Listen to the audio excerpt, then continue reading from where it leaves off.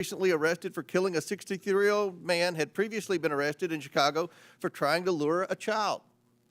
ICE lodged a detainer against the criminal alien, but Chicago authorities released him back onto the street because of the city's reckless sanctuary policy. And now an innocent man is dead because of Chicago's refusal to follow the law. These reckless sanctuary policies also force federal immigration officers to go into local communities to apprehend criminal illegal aliens. If sanctuary cities were to simply communicate and work with federal immigration authorities, then federal agents could arrest criminal illegal aliens in a secure environment like a state or local jail. Instead, they have to risk their own safety and public safety by having to go into uncertain, dangerous circumstances just to make arrests. Sanctuary cities make us all less safe and are a public safety nightmare. That is why I launched an investigation into sanctuary cities and why these mayors are here today. We cannot let pro-criminal, alien policies and obstructionist sanctuary cities continue to endanger American communities and the safety of federal immigration enforcement officers. Today, Mayors Wu, Johnson, Johnston, and Adams will be publicly accountable for their failure to follow the law and protect the American people. President Trump and his administration are taking action against sanctuary cities. And Congress must follow, not by allowing a single penny of federal funding to go to cities and states that prioritize criminal aliens over the American people. I now yield to Ranking Member Conley for his opening statement. Thank you, Mr. Chairman. Every member here today, Democrats and Republicans alike, agrees that violent criminals don't belong in our communities. We all want our cities to be safe and have zero tolerance for violent crime, irrespective of the status of the perpetrator. Where we disagree is that my Republican colleagues prefer a selective application of the law to shield the President of the United States from accountability and this administration from the rule of law itself. In America, we uphold the rule of law, independent from partisan politics, without fear or favor. Betraying those convictions, President Trump's Department of Justice has tried to force the conditional dismissal of very serious charges against one of our witnesses here today, in exchange for that witness's total and complete submission to the radical immigration agenda being propounded by the administration. And the DOJ has done so over the objections of a Republican acting U.S. attorney whom President Trump appointed. Rather than enabling a flagrant corrupt and quid pro quo, 7 federal prosecutors, 7, including Republicans, resigned. One of them, a former clerk to Chief Justice John Roberts of the Supreme Court, said that anyone in his position, quote, would know that our laws and traditions do not allow using the prosecutorial power to influence other citizens, much less elected officials, in this way. History is calling on us now to stand up for those laws and traditions. Doing so also demands an affirmation of state and local sovereignty in determining the most effective ways to keep residents safe in compliance with federal law. To deny this sovereignty is an assault on the independence of every American city across the country. Today, Republicans have hauled before us the mayors of 4 major American cities to frame them as lawless because those cities have some limits on how intrusively and aggressively their own officials can conduct federal immigration operations and responsibilities. Let's be clear. The state and local laws that Republicans have issue with today are in full compliance with federal law. They do not obstruct ICE from carrying out its duties, and they are backed by evidence demonstrating that they keep people safe and safer in counties with laws that do not honor extrajudicial civil detainers and had significantly lower levels of violent crime than counties that have them. Mayors, police chiefs, sheriffs, and local leaders have made clear that the way to combat violent crime is allowing local police to do their local job of ensuring public safety in their own communities as they account for it. Commandeering them to spend limited time and resources as federal agents is a non-starter and can contribute to crime and non-cooperation in immigrant communities throughout the country. At this year's Conservative Political Action Conference, Board Czar Tom Homan said he is, quote, bringing hell to the city of Boston until it complies with his demands. I don't know what that means. Boston is my hometown, and I'm glad to welcome our mayor, Mayor Wu, and her one-month-old baby here today. But I don't know that Boston welcomes Mr. Homan or anyone else bringing hell to the city. The Republican crusade against local independence doesn't just undermine public safety in our communities. It is blatantly cruel, and I say inhumane and un-American. Kenya Colindres, her husband Wilson Rogelio Velasquez Cruz, and their 3 children came to the United States in 2022 seeking asylum, a legal category of immigration, after escaping violence in Honduras. Wilson was granted a 5-year work permit, allowing him to work at a tire shop and to provide for his family here in the United States. Kenya said that her husband had never been in trouble and was, quote, a man of God.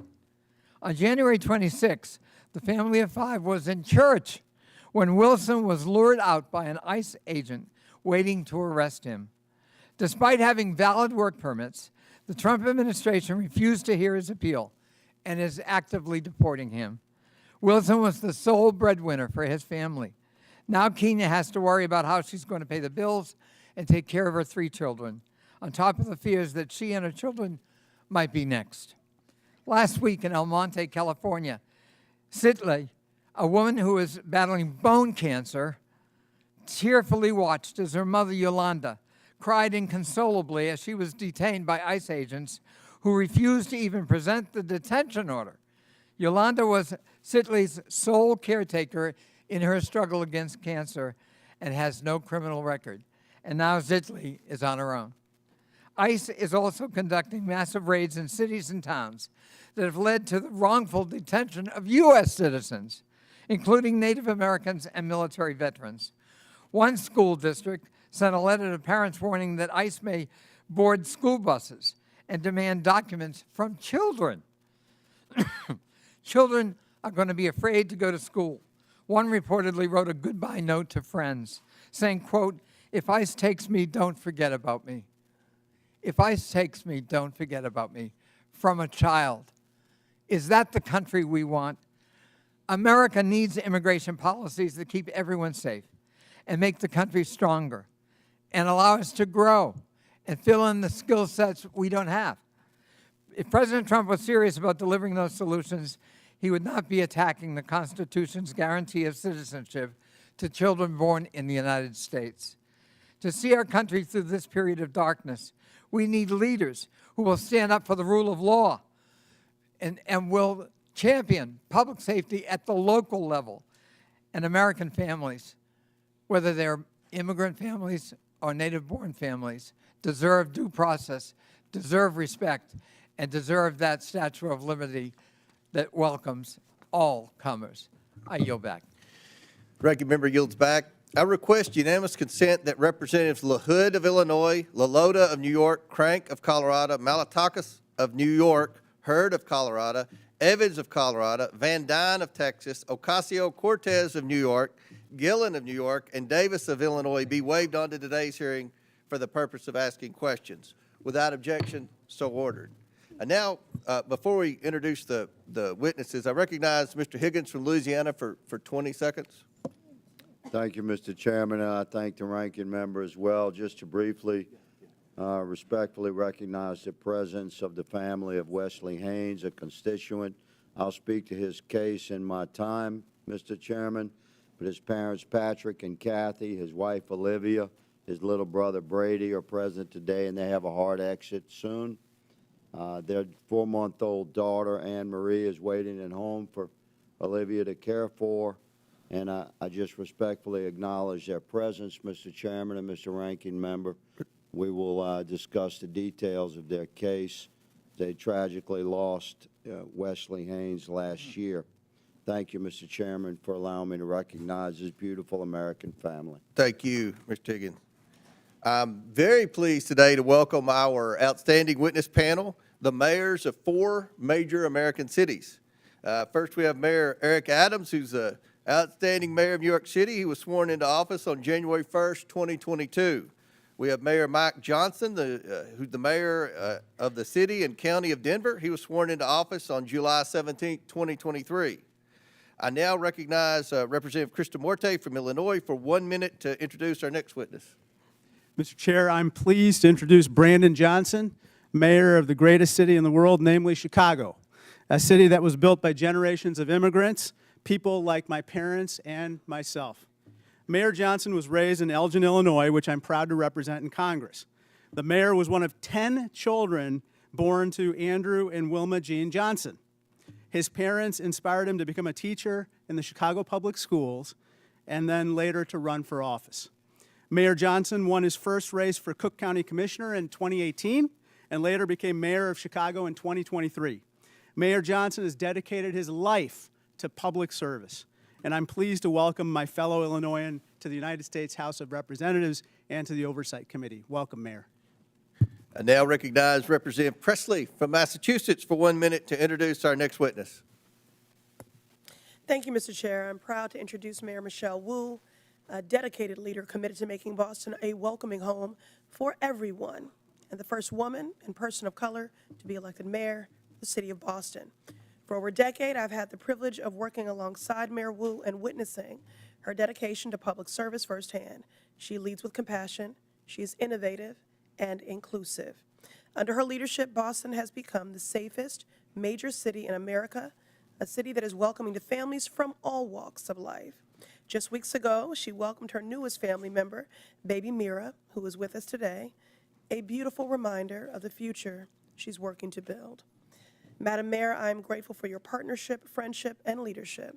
Thank you for being here. Gentlelady yields back. And finally, we're also joined by Mr. David Beer, who is the Director of Immigration Studies at the Cato Institute. Mr. Beer is the minority witness here today. I want to thank you all again for joining us, and I look forward to our discussion this afternoon. Pursuant to Committee Rule 9G, the witnesses will please stand and raise their right hand. Do you solemnly swear or affirm that the testimony you are about to give is the truth, the whole truth, and nothing but the truth, so help you God? Let the record show that the witnesses answered in the affirmative. Thank you all. You may take a seat. We, again, appreciate you being here today and look forward to your testimony. Now, let me remind the witnesses that we have read your written statement, and they will appear in full in the hearing record. Please limit your oral statement to 5 minutes, and we're going to limit our questions to 5 minutes, and that's going to be enforced today, and that's for both sides, As a reminder, please press the button on the microphone in front of you so that it is on and the members can hear you. When you begin to speak, the light in front of you will turn green. After 4 minutes, the light will turn yellow. When the red light comes on, your 5 minutes have expired, and we would ask that you please wrap up. I now recognize Mayor Adams for his opening statement. Good morning, Chairman Comer, Ranking Member Connolly, and members of the committee. As mayor of New York City and a former police officer for 22 years, keeping New Yorkers safe is my top priority, and it has been our administration's North Star. When I entered this role, my job was to help our city recover from the negative effects of COVID. Most importantly, to bring down crime. As a result, overall crime was down across New York City last year, and we have now had 3 straight months of double-digit declines in major crimes. I'm here today to testify on how New York City can continue to reduce crime, even as a sanctuary city. To be clear, a sanctuary city classification does not mean our city will ever be a safe haven for violent criminals. It also does not give New York City the authority to violate federal immigration laws. To the contrary, New York City will always comply with city, state, and federal laws as it does now. Law-abiding immigrants in New York have an important role. Immigrant New Yorkers, including those who are undocumented, pay billions of dollars in taxes and contribute billions more in spending power to our economy. Immigrants also play a vital role in the functioning of the city. This was on full display during the COVID-19 pandemic. The various immigrant residents of our city worked to keep the city moving, while many other New Yorkers were able to shelter in place and work remotely. Hospitals, the food industry, and many other businesses were able to function because of the commitment of our immigrant population.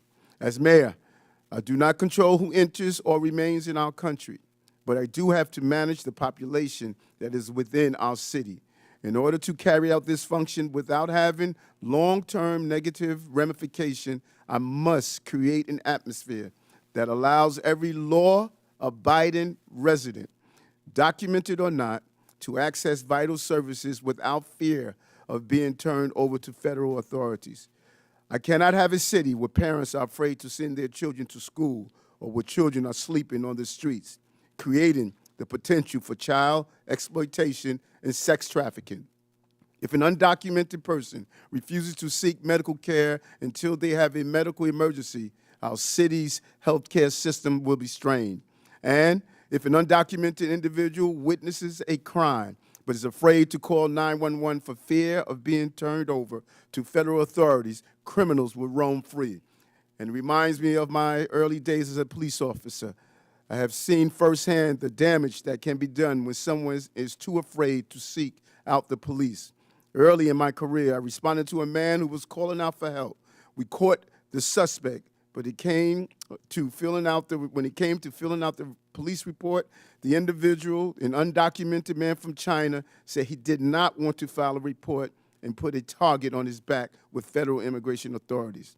Approximately 4 decades later, our country still is in desperate need of comprehensive immigration reform. And as a result, New York City was hit with the largest humanitarian crisis in our city's history over the last 3 years. Federal law did not allow me to stop buses from entering New York City. State law required me to provide all in our city with housing and meals and to educate children. City law makes it unlawful to collaborate with ICE for civil enforcement. We complied with all of these legal requirements and still manage the humanitarian crisis with the care and compassion, while at the same time bringing down crime, recovering our economy, and preventing any child from being forced to sleep on the streets. Comprehensive immigration reform is long overdue. While the solution is not within my control as a mayor, I am committed to working with federal officials to go after violent gangs and those who harm residents of our city. This is why we have over 330 NYPD officers assigned to different federal joint task forces, over 70 of which are assigned to task forces with Homeland Security investigation, the criminal investigation arm of ICE. Those task forces focus on many different important priorities, including going after violent gangs and child exploitation. I look forward to sharing New York City collaborations that we do daily with our city, state, and federal partners to keep New York City to continue to be the safest big city in America. Thank you. Thank you. I now recognize Denver Mayor Johnson for his opening statement. Good morning, Mr. Chairman, and thank you for inviting me to testify today. This committee convened this hearing on the critical topic of immigration. I want to tell you Denver's story. When I became mayor 20 months ago, Denver was already receiving buses of immigrants with little to no notice or coordination. At one point, we were receiving 10 to 11 buses a day, dropping off as many as 300 people, mostly women and children, in 10-degree weather with only sandals and a T-shirt, leaving them in danger of freezing to death on our streets. All told, 42,000 people arrived in Denver over 18 months, the largest per capita influx of any city in America. We are each entitled to our own opinion about what should happen at the border, but that was not the question facing Denver. The question Denver faced was, what will you do with a mom and 2 kids dropped on the streets of our city with no warm clothes, no food, and no place to stay? As mayor, I have to protect the health and safety of everyone in our city. As a man of faith, I have a moral obligation to care for those in need. As Scripture says, for I was hungry, and you gave me something to eat. I was thirsty, you gave me something to drink. I was a stranger, and you invited me in. So that's what we did. In Denver, we believe our problems are solvable and we are the ones to solve them. So we went to work. When we started, we had the largest encampment in Denver history with more than 200 migrant families living in freezing temperatures. So we opened 8 different city shelters housing 5,000 people. City employees volunteered to take extra shifts and Denver residents stepped up, making meals, donating clothes, furniture, school supplies. Some even welcomed families into their own homes. We helped 8,700 eligible individuals apply for work authorization so they could put food on their own table, pay their own rent, and reduce the strain on public resources. As a result, a year later, there is not a single migrant encampment left in the city. We have closed all of our shelters. We have connected people to jobs and housing, and the city's immigrant support budget has dropped by nearly 90%. And in the midst of this, migrants did not bring a wave of crime to Denver. In fact, crime went down.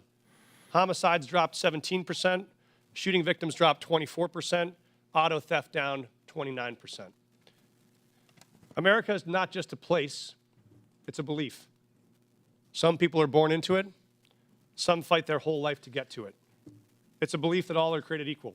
It's a belief that it doesn't matter where you came from if you're willing to fight hard enough. Julian Becerra's parents believed that. So they brought him to this country from Mexico when he was 10. They taught him respect and they taught him to love and serve his community. As an adult, he decided the most honorable way to serve his community was in uniform. So he enlisted in the Air Force. Then he served as a sheriff, then finally as a police officer, where he served with distinction until one day he was pursuing a criminal on a dangerous bridge and fell to his death. In the midst of the immigration crisis, I attended the Fallen Officers Memorial as I watched officers hand Officer Becerra's 10-year-old daughter a folded American flag. I watched her cry as she wrapped her little arms around that flag and holded it tight the way she wished she could hold her dad, but never will again. For the rest of her life, she will cherish that flag, that American flag, because it is the country that her dad loved, it is the country he chose, it is the country he served, it is the country he gave his life for. So if we want to tell the story of what impact immigrants have in America, we must tell the full story. That story must acknowledge that this country is lucky to have people like Julian Becerra, who love this country enough to risk their lives to keep us safe, to keep all of us safe. When buses started showing up filled with migrants, some in my city were afraid, just like I'm sure some of your constituents are afraid. They were afraid about crime and homelessness and worried about what these new people might take away from them. I understand that fear. And the truth is, people who are new to this country do good and bad just like all of us. But there's another truth. When those buses kept on coming, Denver made a choice as a city, not to hate each other, but to help each other. Not to turn on each other, but to turn to each other. And see if together we could solve a problem that felt bigger than any one of us. And that's what we did. It wasn't perfect, and it required sacrifice from all of us. But in the end, Denver came out stronger and closer than we were before. Because Americans expect us to do more than point fingers. They expect us to solve problems. So if Denver can find a way to put aside our ideological differences long enough to manage a crisis we didn't choose or create, it seems only fair to ask that the body that is actually charged with solving this national problem, this Congress, can finally commit to do the same. Thank you, Mr. Chairman. Thank you. I now recognize Chicago Mayor Johnson for his Thank you. opening statement. Thank you, Chairman Comer. Thank you to the Ranking Member Connolly and to members of this committee. I have the great privilege and honor of serving as mayor of the city of Chicago, the third largest city in the nation. Established by a Black Haitian man and a Potawatomi woman, Chicago is and always has been a proud city of immigrants. Generations of new arrivals, including the descendants of the enslaved during the Great Migration, created a vibrant city where 1 in 5 residents is foreign-born. Each day, I wake up to serve every one of Chicago's 77 unique neighborhoods and those who live in our great city. As mayor of Chicago, nothing is more important to me than the safety and well-being of all residents. And since I was elected, my administration has been laser-focused on creating and implementing public safety initiatives that protect all Chicagoans. We launched the People's Plan for Community Safety, which builds trust between communities and law enforcement by prioritizing transparency and violence intervention.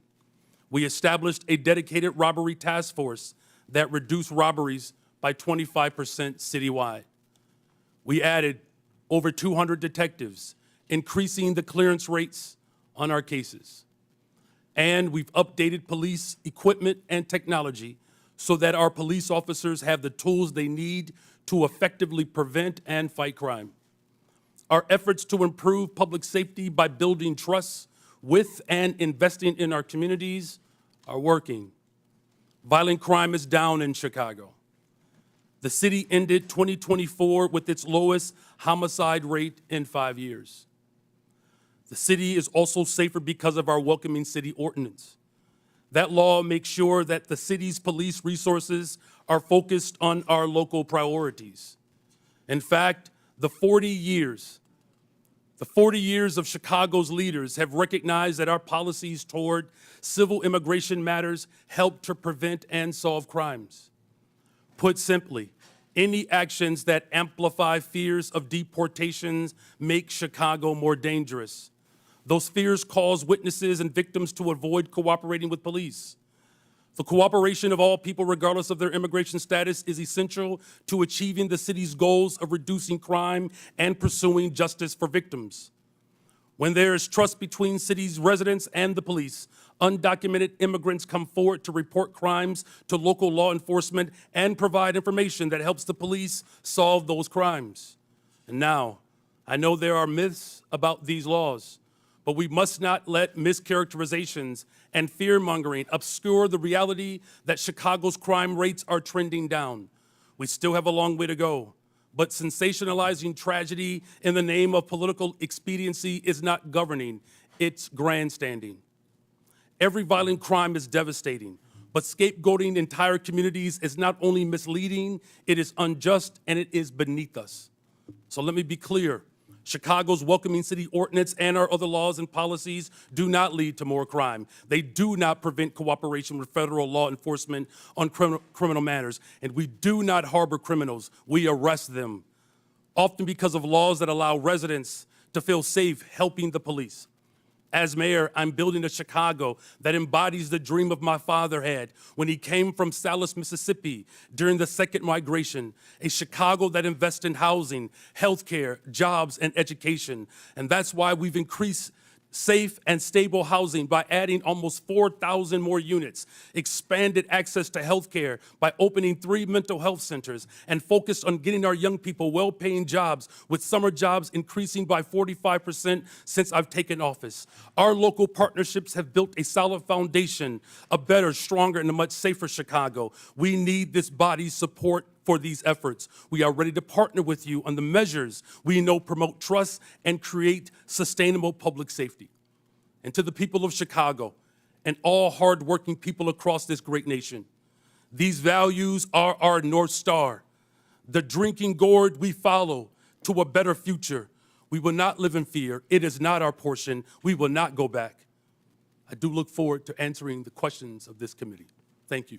Thank you. I now recognize Boston Mayor Wu for her opening statement. Thank you. Chairman Comer, Ranking Member Connolly, and members of the committee, my name is Michelle Wu. I am the daughter of immigrants, and since November of 2021, I have had the honor of serving as mayor of Boston.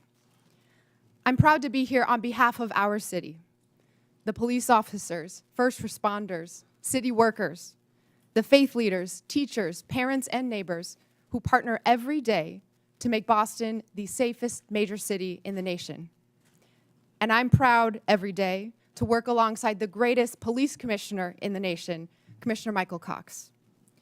Every year since I took office, we've set a new record low for gun violence in Boston. Last year, Boston saw the fewest homicides on record in the last 70 years. Those are the facts. And behind these record lows are historic highs. The most ever young people working paid summer jobs, the most pre-K seats at no cost to families, the most affordable housing built in a generation. We have invested in the kinds of opportunities that cultivate prosperity and eradicate crime. And the laws on our books promote the kind of community trust that keeps all of us safe. In Boston, our police department resources and taxpayer dollars go towards preventing and solving crimes. And when it comes to criminal matters, the Boston Police partner every day with state and federal law enforcement. But Massachusetts state law and the Boston Trust Act make clear that immigration is federal law enforcement's responsibility. We are the safest major city in the country because our gun laws are the strongest in the nation, because our officers have built relationships over decades, and because all of our residents can trust that when they call 911 in the event of an emergency or to report a crime, help will come. This federal administration's approach is undermining that trust. In the past month, I've met with residents and faith leaders in community centers and places of worship, asking my constituents what they want Congress to know. And what I heard over and over again was fear and frustration. I spoke with pastors whose pews are half empty on Sundays, doctors whose patients are missing appointments, teachers whose students aren't coming to class, neighbors afraid to report crimes in their communities, and victims of violence who won't call the police. This federal administration is making hardworking, tax-paying, God-fearing residents afraid to live their lives. A city that's scared is not a city that's safe. A land ruled by fear is not the land of the free. Next month, Boston will celebrate 250 years of our nation's freedom.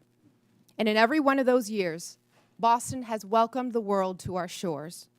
From the English immigrants fleeing religious persecution, to the Irish forced out by famine, to the families from Haiti, the Dominican Republic, Cabo Verde, Vietnam, and so many more who call Boston home today. We are the safest major city in the nation. We are home to the greatest healthcare, the greatest colleges and universities, the most advanced innovators, and the 2024 world champion Boston Celtics. We are the cradle of democracy and the city of champions. We are all of these things not in spite of our immigrants, but because of them. 1 in 7 signers of the Declaration of Independence were immigrants. On the last 4 Red Sox rosters to win a World Series, 1 in 5 were immigrants. Of all the faculty at Boston University to have earned a Nobel Prize, all but 1 were immigrants. Today, 1 in 4 Boston residents were born somewhere else. Most have jobs, many have kids. All of them chose this country as their home because, like my mom and dad, they believe that here, where you've been doesn't limit where you're going. The strength of your character has nothing to do with the color of your passport. And how hard you work matters more than where you were born. That wherever you're from, if you pitch in, look out for your neighbors, and cheer for the home team, you can build a better future here for the people you love. So to every one of my neighbors back in Boston, know this: you belong here. This is your home. Boston es tu hogar. Boston, 是la calle. 这是你的家. This is our city. We are the safest major city in the nation because we are safe for everyone. Thank you. Thank you. I now recognize Mr. Beer for his opening statement. Chairman Comer, Ranking Member Connolly, and distinguished members of the committee, thank you for the opportunity to testify. The Cato Institute's half-century of independent research demonstrates that people of all races, religions, and birthplaces can thrive in a free society. Liberty must be protected, both from over-intrusive government and from private violence. Unfortunately, the President's chaotic, indiscriminate deportation plan does the opposite. It harms public safety, threatens Americans' rights, and undermines the successful integration of America's immigrants into its society and economy. The President's first action was to rescind the requirement that ICE target public safety threats first. He has ordered that millions of vetted immigrants be stripped of lawful status and deported. He is even attempting to deport the U.S.-born children of people without permanent status. This flagrantly unconstitutional act effectively orders a series of crimes, wrongful arrest and imprisonment, civil rights violations, and unlawful deprivation of voting rights. Never before in American history has a president sought the power to strip potentially tens of millions of Americans of their constitutional rights. The president is also explicitly asserting the authority to ignore any law passed by you, Congress, that provides due process for people accused of being in the country illegally. The administration has repeatedly misled you and the public about who it is targeting, stating it would focus on public safety threats, that only the worst of the worst would be sent to Guantanamo Bay, and that every person it had arrested had a criminal record. We now know that most ICE arrests since the inauguration have been of people without a criminal record. Indeed, he is arresting people who entered legally, never violated any law, and sending them to Guantanamo Bay prison. It is no surprise in this lawless environment that many people and many cities simply do not trust the federal government on immigration. That is a problem. But under our Constitution, states determine their policies. Congress cannot force them. It must reestablish trust. Unfortunately, some members of Congress want to force an indiscriminate policy of mass deportation on the entire country with no public safety focus. If Congress wants more cooperation, it should address the concerns of these cities. What Congress should do is reestablish trust. Indiscriminate mass deportation agenda is a far greater threat to public safety than any city policy. A mountain of empirical research shows that reasonable restrictions on ICE cooperation do not increase crime rates, and that immigrants lower crime rates. Immigrants, including illegal immigrants, commit crimes serious enough for them to be incarcerated at half the rate of U.S.-born Americans. Data from Texas shows that illegal immigrants are 36% less likely to commit and be convicted of murder. At least before this current mass deportation effort, immigrants were more likely to report crimes than U.S.-born Americans. Don't jeopardize that. Mass deportation is diverting law enforcement resources away from obtaining justice for victims. Indeed, it even targets the victims. Sabotaging local economies and obliterating communities will not restore public safety. It will make us poorer while increasing the crime rate and victimization rate for Americans. There is a better approach. We don't need chaos and disorder of illegal immigration or of mass deportation. Why don't people come legally? Because Congress has provided so few options for them to do so, not updating its laws in the last 3.5 decades. Just 3% of those applying for permanent legal status in 2024 received it. That's the failed policy. Let peaceful immigrants pay to get vetted, work, and contribute legally, and let law enforcement at all levels focus on keeping Americans safe. Thank you. All right, our witnesses have concluded their opening statements. We're going to begin with questions from members, and I want to remind the members, we have 60 members today that are going to ask questions. So I'm going to strictly enforce the 5 minutes. I'll hit the gavel if anyone's still talking, and we'll allow the witnesses to answer the question. But let's please be mindful, we have a lot of questioners today for this very important hearing, and again, we thank the witnesses. I'll recognize myself to begin questions for 5 minutes, and I have limited time, so I want to start with a simple yes or no question, and I'm going to hold you all to that because after the first question, then we'll allow for a little more time. But Mayor Johnston, in 2017, Denver prohibited city officials, including corrections officers, from assisting and cooperating with any investigation, detention, or arrest procedures related to federal immigration laws. The city also stated that federal immigration authorities shall not be granted access or allowed to use the secure areas of any city or county jail. Mayor Johnston, is Denver a sanctuary city? A lot of folks use that term. Yes or no? Sorry, Mr. Chairman. Folks use that term differently. I can tell you what Denver does. We do not. Okay, I take that as a yes. Mayor no, Johnson, no, yes or no? I take that as a yes. Mayor Johnson, on March 10th, 2023, you posted on X that Chicago must lead and live by the promise to be a sanctuary city.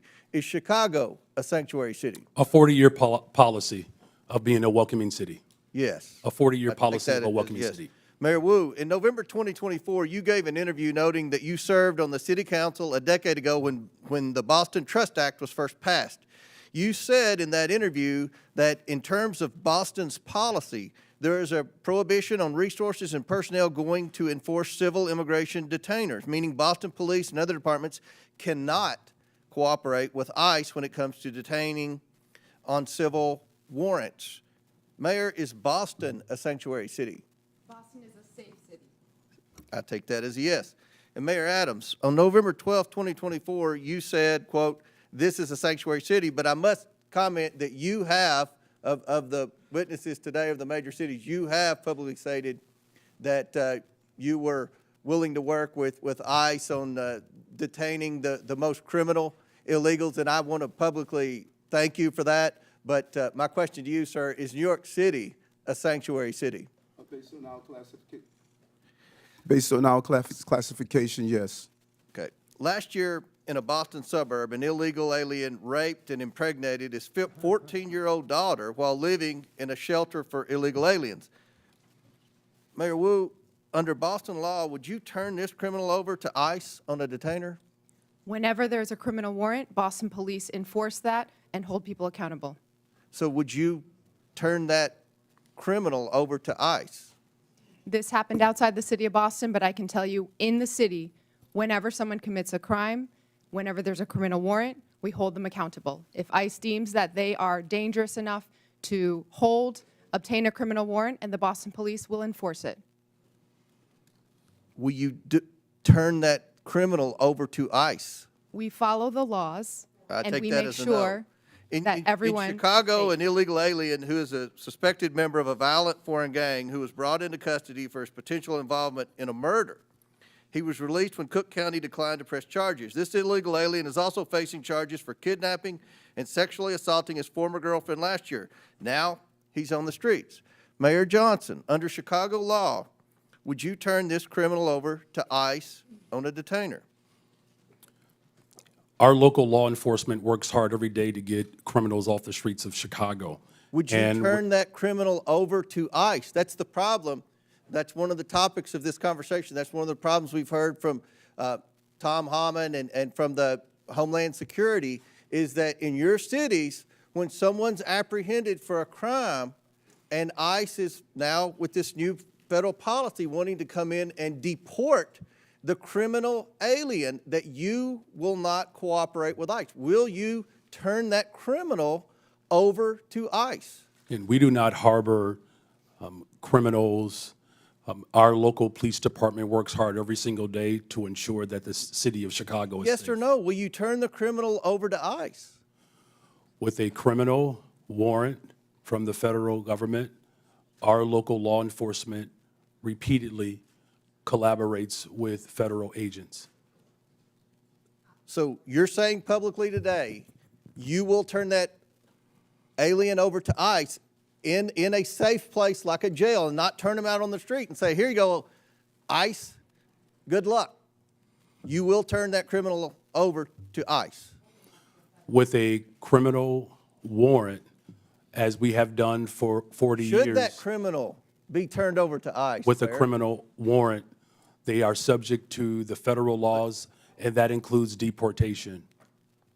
My time has expired, but again, the point that we've got to iron out today is that we have to have cooperation. It is federal law to turn over those illegal criminals to ICE. And we have heard reports, and many of you have said publicly, that you are going to obstruct that. That is against the law, and we're going to hear more about that today. Now, I recognize the ranking member, Conley, for his 5 minutes. Thank you.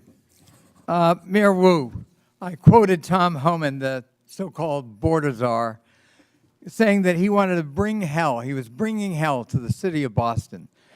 What did you understand him to mean by that? Let's talk about Tom Homan. Shame on him for lying about my city, for having the nerve to insult our police commissioner who has overseen the safest Boston's been in anyone's lifetime. Bring him here under oath, and let's ask him some questions.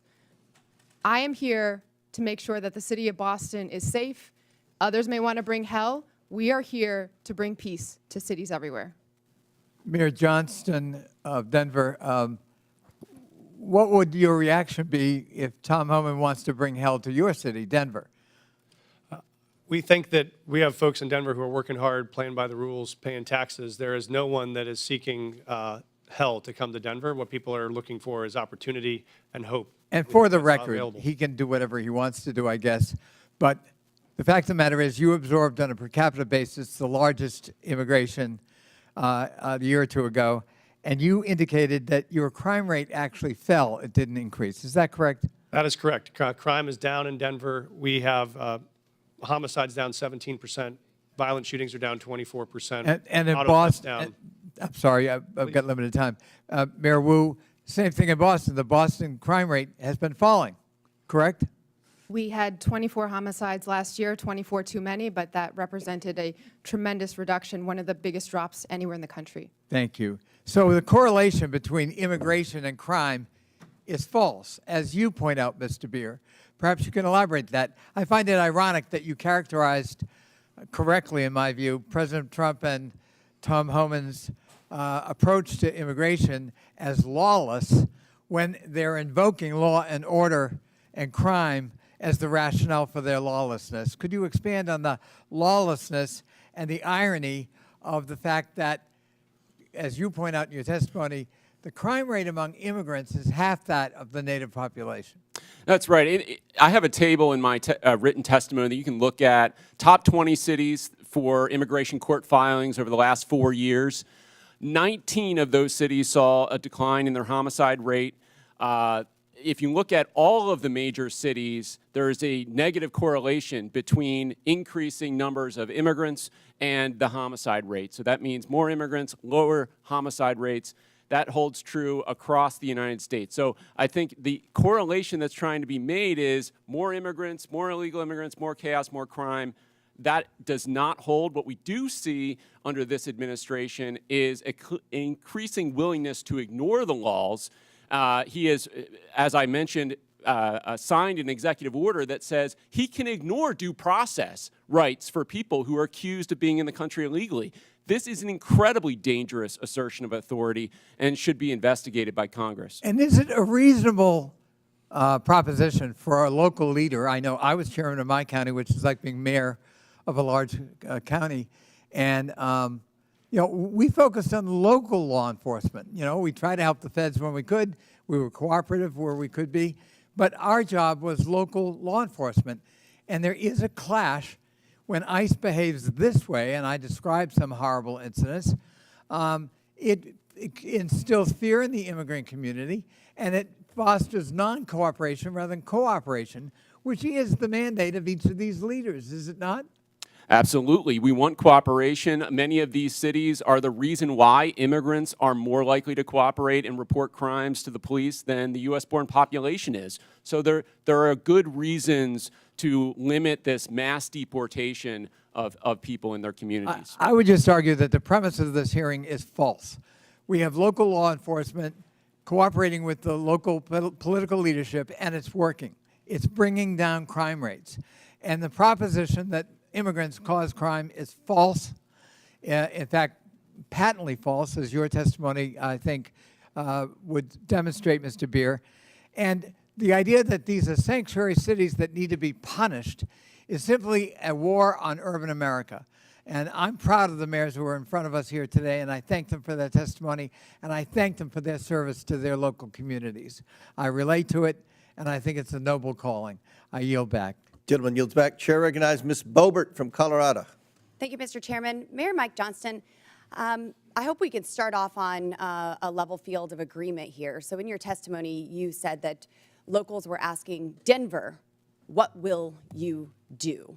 when they saw 10 to 11 buses coming in a day and 42,000 illegal aliens entering their city? Denver, what will you do? And in a Fox 31 interview in January, you blamed state law for not allowing the city of Denver to coordinate with ICE, resulting in Denver being a sanctuary city, saying, quote, "The whole state is bound by our state law in this, which is pretty consistent in some of these practices, like everywhere in the state. We don't honor ICE detainers," end quote. I've demanded Governor Jared Polis and the Colorado State Legislature to repeal them. Douglas County has led on a lawsuit to get those laws repealed. So, Mr. Mayor, would you join me today in calling and demanding that these sanctuary policies, these Colorado state laws, be repealed? Thank you, Congresswoman. Let me Yes or say- no, Mr. Mayor? Pardon? Yes or no? Will you join me? I do not believe the detainer law needs to be changed. I can tell you what Denver Okay, does so you right now. don't want them to coordinate with ICE, but yet you're blaming the state of Colorado for those policies. It's a statewide law.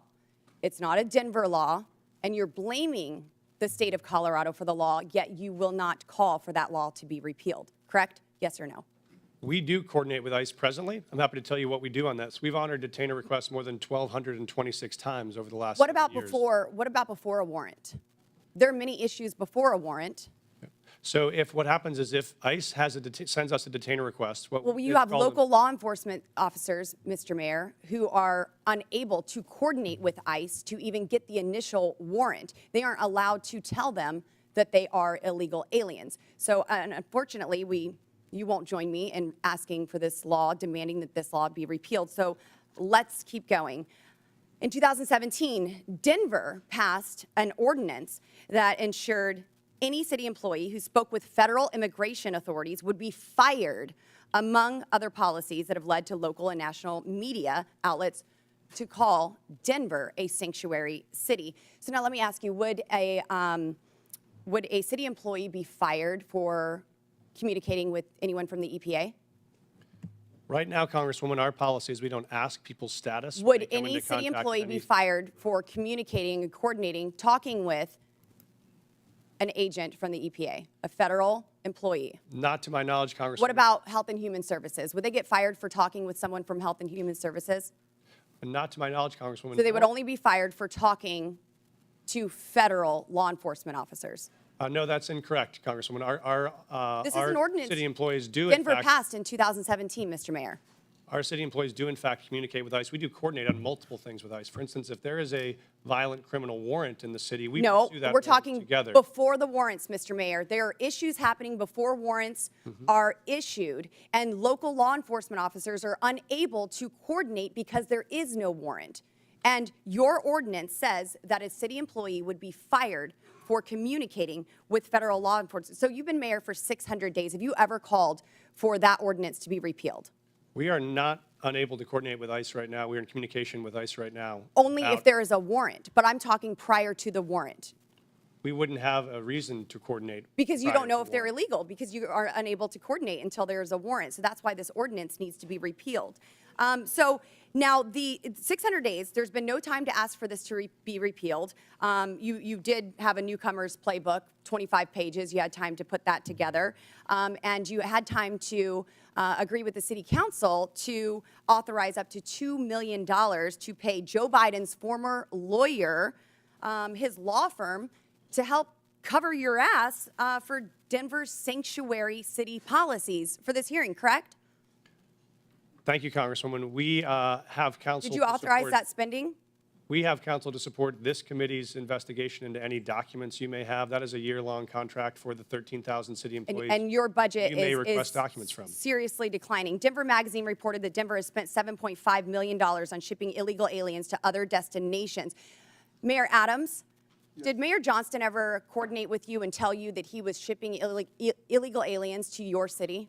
We coordinated in communication around the entire asylum seeker issue in our cities. So I've heard that Denver crime went down. Well, Aurora's crime went up because you were also shipping them to Aurora. And we have documentation that I don't have time to discuss here in this hearing that proves you were shipping illegal aliens to Aurora. Their crime was increasing while you were hiding under laws that you will not demand be repealed, ordinance from your city, and then crime was going up from Trinidad Aragua gangs vandalizing apartment owners. Thank you, Mr. Chairman, and I hope that we can get this We have a resolved in 5-minute Colorado. rule, Mr. Chairman. Gentlelady's time's expired. Chair recognizes Ms. Norton from Washington, D.C.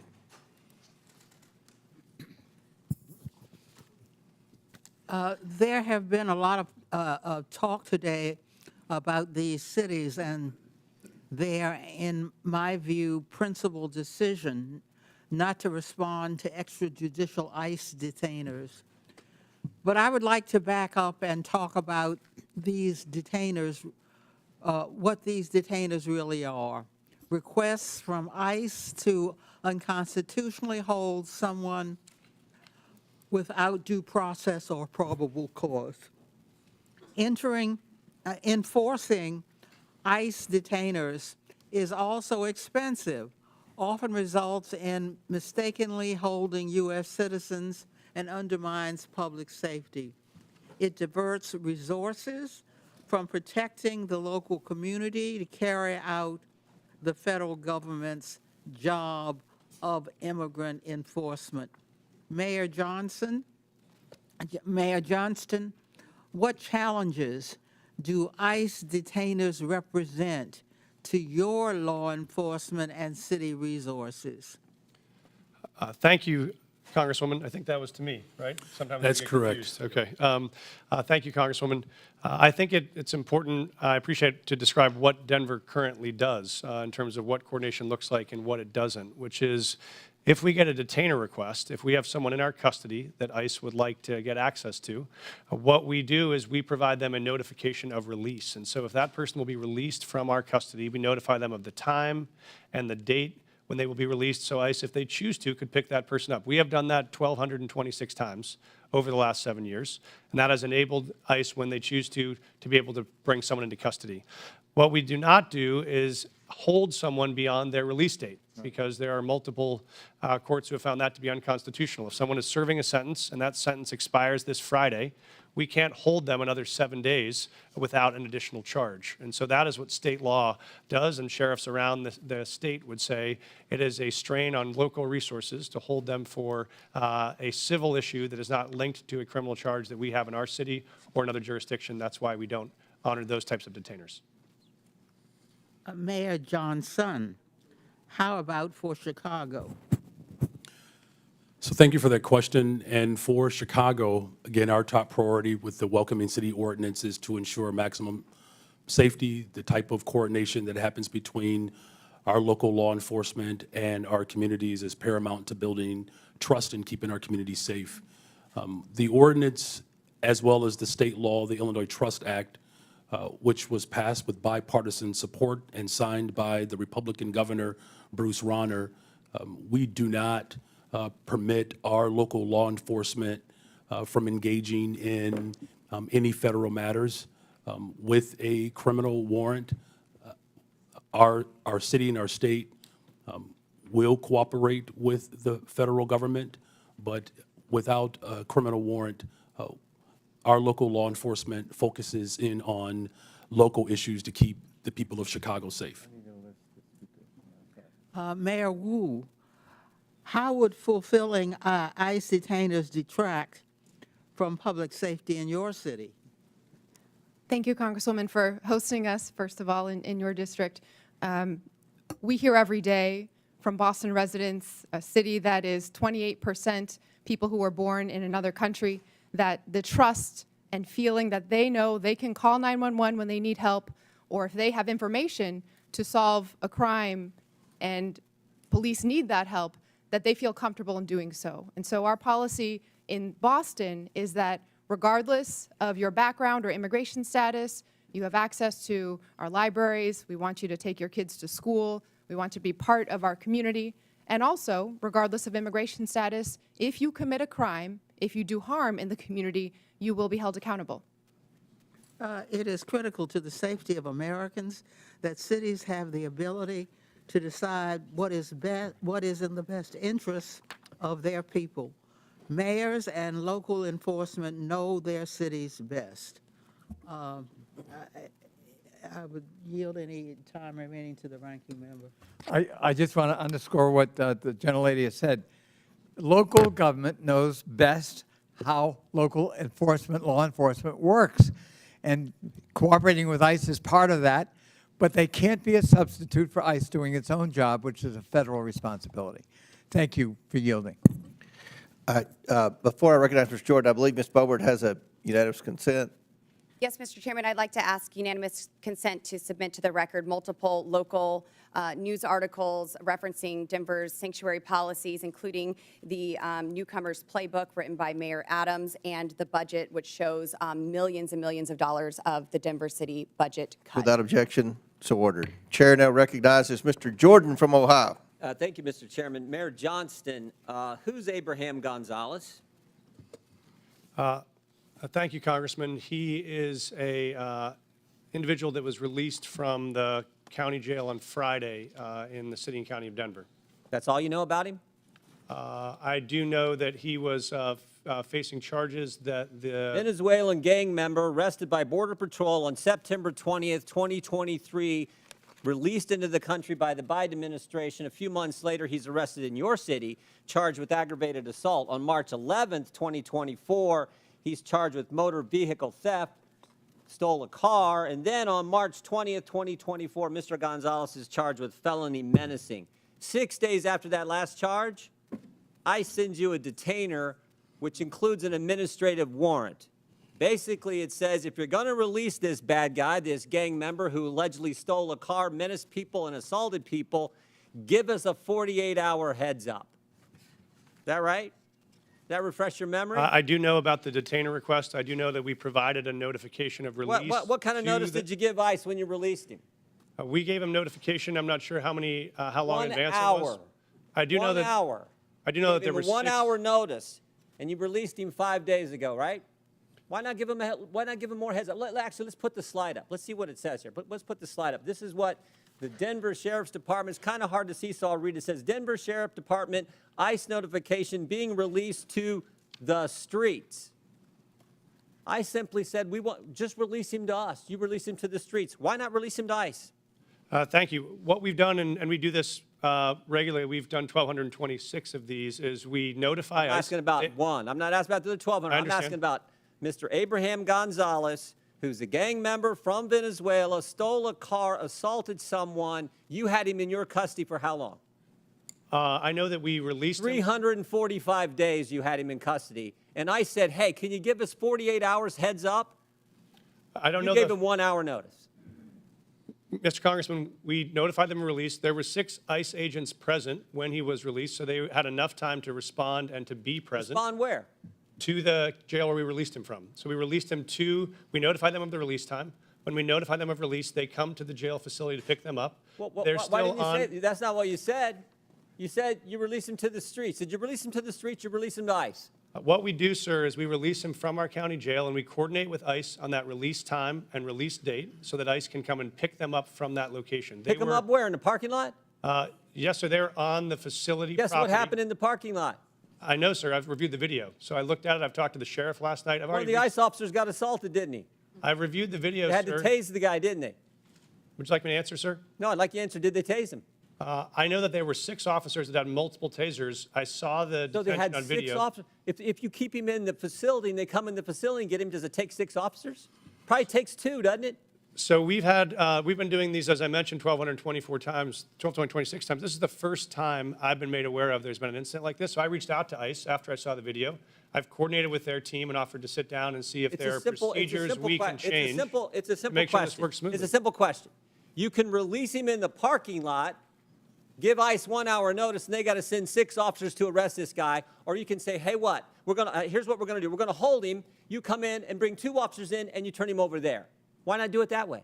We have a city You ordinance. know why you don't do it that way? We have a city ordinance that Because you're a governs. sanctuary city. This is the whole point. No, sir, I disagree with you. Oh, okay. Because I'll tell you why. If you talk about sanctuary as a definition of shielding people from law enforcement, we do not do that. What we do is provide services. In this context, what we did is we coordinated the An release. officer got assaulted because of your policy, which says we're going to release him to, in your words, not mine, to the streets. They have to arrest him in the parking lot. They bring 6 officers when they could have had 1 or 2 just come in your facility, in the jail, and take the guy there. But you won't do it that way. I've seen the video. I've reached out to ICE. care if I've you've seen the offered to video. I sit know the down and facts, coordinate too. on strategies. If we need to make adjustments to what we do on releases, we'll do that. This is the first time in the 1,226 releases You know, I've heard of an I incident, read your so we'll written take testimony action. last night. I read your written testimony last night. 4.5 pages. And you used the word safe, safer, or safety 13 times. Talking about my job is to protect the safety of the people in Denver. We prioritizing making sure everyone in our community is safe. That's a lie. Because it was not safer for the ICE agents who are part of your community. No way was it safer. The safest thing to do is to say, ICE, we got him in custody. Come here, we're releasing. We held him 345 days. We can't hold him a second longer. We can't wait for you to come inside the building. We got to let him go, so you have to arrest him in the parking lot. That is how stupid sanctuary policies are and what they mean to the community that you put at risk and to the ICE officers ICE officer who was assaulted. And they had to use a taser on it's not good. Mr. Chairman, Time, Mr. Chairman. 5 I have a minutes is unanimous up. Consent request. Gentleman's time's expired. Chair recognizes Mr. Lynch from Massachusetts. Thank you, Mr. Chairman and Ranking Member Connolly. I want to thank the panelists for your willingness to come before the committee and help us with our work. You know, I truly believe that if we had a rational and comprehensive immigration policy in this country, if we competently regulated the flow of immigration, if we knew the purpose and circumstances of each immigrant's arrival here, and if every immigrant knew what was expected of them when they arrived, I honestly and truly believe that immigration could be the greatest blessing for our country. Look at our world rivals, China and Russia. No one is trying to sneak into China, sneak into Russia. It's because of what we offer here as a nation. There is a substantive issue that's at play here, and I want to address that. So under Article 1, Section 8, Clause 4 of the Constitution, it provides Congress, and I'll read the section here, to establish a uniform rule of naturalization. And Clause 18 further provides that Congress has the power to make all laws that shall be necessary and proper to execute its enumerated powers, including immigration. So it appears that Congress has taken up that responsibility in the Immigration and Nationality Act, which they exercise under constitutional writ. On the other hand, we have local so-called sanctuary city laws that at times, so those sanctuary cities laws tend to address local cooperation with federal authorities in your jurisdictions, within your cities. And sometimes it does appear that the sanctuary city laws are defending against the congressional grant of authority to operate in that area. Now, you all, as mayors, and I ask this of the entire panel, you deal with this every single day, and we've heard some of it in your testimony eloquently. How do we, as lawmakers, we're struggling with this right now. There's a tension between that authority of Congress to act under Article 1 of the Constitution, and then your responsibility, nobly taken, to provide a safe environment for the residents and visitors to your cities. How do we reconcile, and I'm asking you for advice. You have a great perspective on this. How do we together reconcile the tension between those two operating systems, grants of power? And I'd welcome any advice you have on that, because that's what we are struggling with up here in terms of trying to come up with a comprehensive immigration policy that addresses all of these concerns. Mayor Johnson? Congressman, I'm happy to start the response. We obviously believe there is a federal system that has federal obligations and state and local obligations. We think, as Mayor Wu said, that our officers are uniquely prepared, trained, and ready to enforce local law and to keep our city safe. We want to focus on that. We do not have the capacity for our law enforcement to be doing federal immigration enforcement, but we want to be partners in making sure we're pulling violent criminals off the street. We do that now. We've done it in the past. We'll keep doing it. But we think the capacity for the federal government to focus on. But what I'm trying to point at is this. So the current president of the United States, Donald Trump, rode into office on this issue. On this issue. He put people in fear. I'm in a state that's 2,400 miles from the border. We're going to spend $1.5 billion on providing services and housing and everything to people who are in our state unlawfully. He got into office on that issue. So the costs to democracy are massive. It is now threatening our democracy because we have mishandled this issue. So we need to get together on this and turn immigration, like I say, into the greatest blessing that this country has, and not something that people are afraid of. That's the challenge. May I, agree. Congressman? Please. This may be the last Oh, my blue. friend. This may be the last blue dress I'm wearing this month. It's going to be green from here on out as we celebrate I understand. Irish American heritage back at home. Please pass comprehensive immigration law that is consistent and compassionate.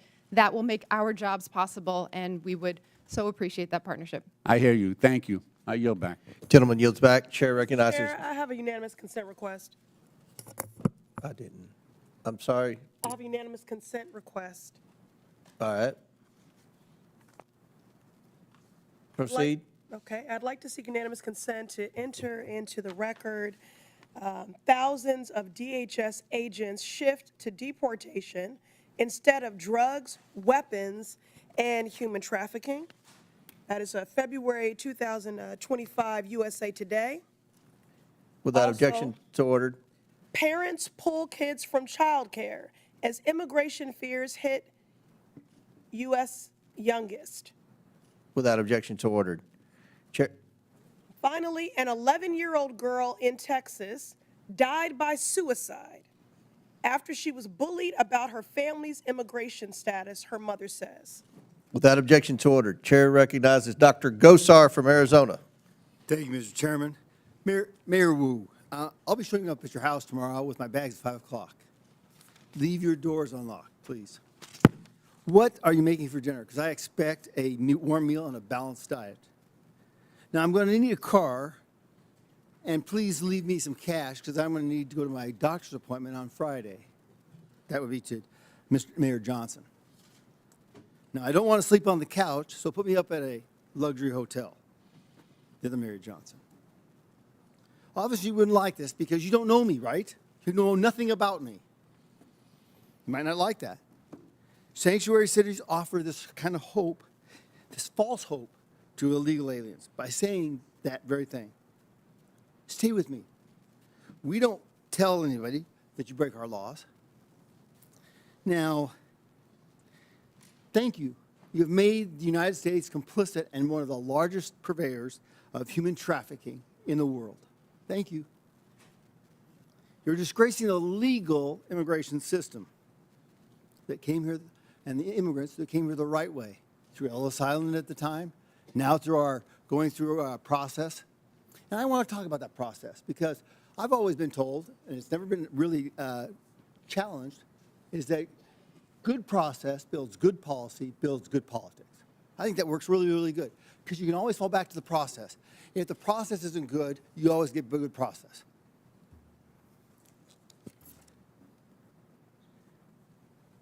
Now, you heard the word establishing trust, okay? How can you establish trust at the very beginning when you have a false narrative here? You're defending folks who have broken the law. The definition I've always looked at is trust is a series of promises kept. What kind of trust are you supporting here? What is the trust with an illegal alien? It's a false hope. It's a false trust. Welcome. We're bringing you in. It's disorganized process. Now, let me ask you a question. Mayor Adams, did you support SB 1070? I'm sorry, Did you support the Arizona law called SB 1070? I'm not familiar with it, sir. Well, let me explain, okay? SB 1070 challenged the federal government on its supremacy clause. Because we, in Arizona, wanted, the government wasn't doing anything, so we thought, we'll do this. We can't allow them to break laws. The Supreme Court ruled that, struck it down. Now, it seems contraindicating here that you would have supported SB 1070, right, Mary Adams? Based on the premise that you, or would you violate the supremacy clause in regards to immigration? Would I Violate the supremacy clause? This is way over my head. Okay. I felt law, That's you know. okay. That's okay. Not Mayor understanding. Johnson, would you have supported SB 1070, allowing Arizona to follow their own laws? Because that's what you're doing right here. Thank you, Congressman. We currently follow all federal law, all state law, and all local law. So we do not have any supremacy clause challenges that we're pursuing or maintaining. Okay. Well, it seems like you are, but Mr. Johnson, do you agree? The city of Chicago complies with all laws. Okay. Mayor Wu. I'm not familiar with that law because I'm focused on the city of Boston, but we follow all state, city, and federal laws in Boston. What happens when you get in conflict with them? Who do you support?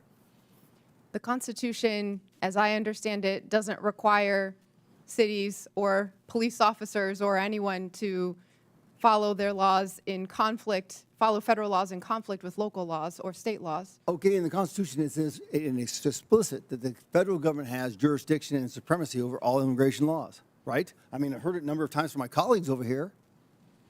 We're the ones who can define that. We're the ones that have it. We just heard we want a comprehensive immigration policy.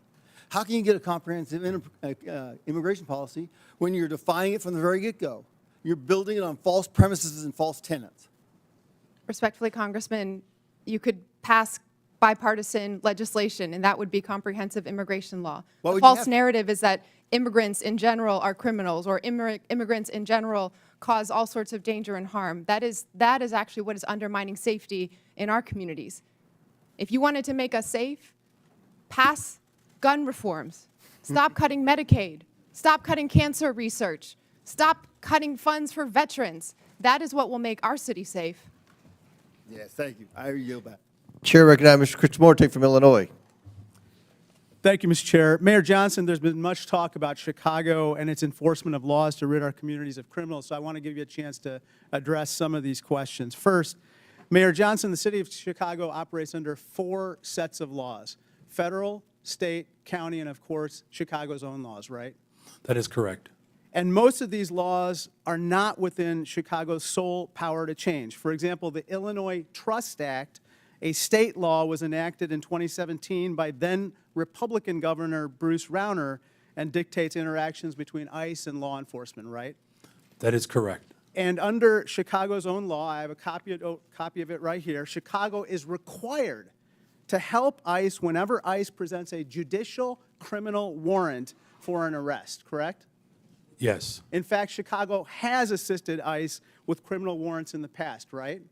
Yes. So just to clear it up, any time that ICE does the work and goes to a court to get a criminal warrant to arrest somebody, the city of Chicago not only is required to, but does cooperate to remove that criminal from our community, right?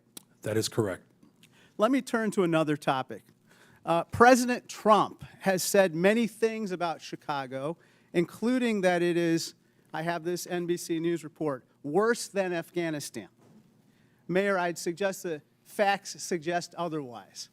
For example, Condé Nast recently named Chicago the best big city in America 8 years in a row. A friendly amendment, best freaking city in the world, city of Chicago. Chicago's the largest rail hub in America. That is correct. Chicago's a quantum technology hub in this country. $20 billion new investment. Chicago area is the home to the second most number of Fortune 500 headquarters of any city in America, right? Just voted again the top relocator for corporate headquarters for 13 consecutive years. And it's home to O'Hare Airport, the most interconnected airport on the continent, is that right? That is correct. That doesn't sound like Afghanistan to me, sir, does it? The city of Chicago is a beautiful place. We also have 20% of the world's fresh water right in our front yard. Our restaurants are amazing. In fact, everything that is dope about America comes from Chicago.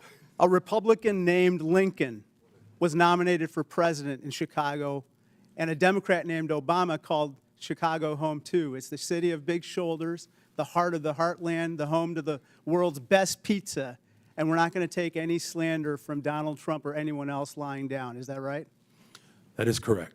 Sir, I want to turn your attention to another topic. Mayor Johnson, you'd agree with me that high grocery prices are among the top concerns for the people of Chicago, right? The economic conditions that are unfortunately that are not being addressed by Washington has caused a great deal of trepidation and anxiety. Mayor Wu, according to USDA, the wholesale cost of a dozen eggs has gone from $6.59 since January 19th when Donald Trump took office to $8.39, a 27% increase, and this has got to anger Bostonians, right? People are doing their very best, trying their hardest, working multiple jobs, and they need support. Mayor Johnston, I suppose that people in Denver are concerned as well, right? I'm very concerned. This is the most important issue for us, is how we make sure that it's affordable to live in the city. Mayor Adams, the same is true for New Yorkers? Affordability is an issue that's impacting our city, and that's why we're doing the best we can to put $30 billion back in the pockets of working-class people. President Trump, if you're watching this hearing, I respectfully ask, when will egg costs be high enough for you to issue one executive order on bird flu? $10 a carton, $15 a carton? It'll soon be cheaper to buy a magazine for an AK-47 than to buy breakfast.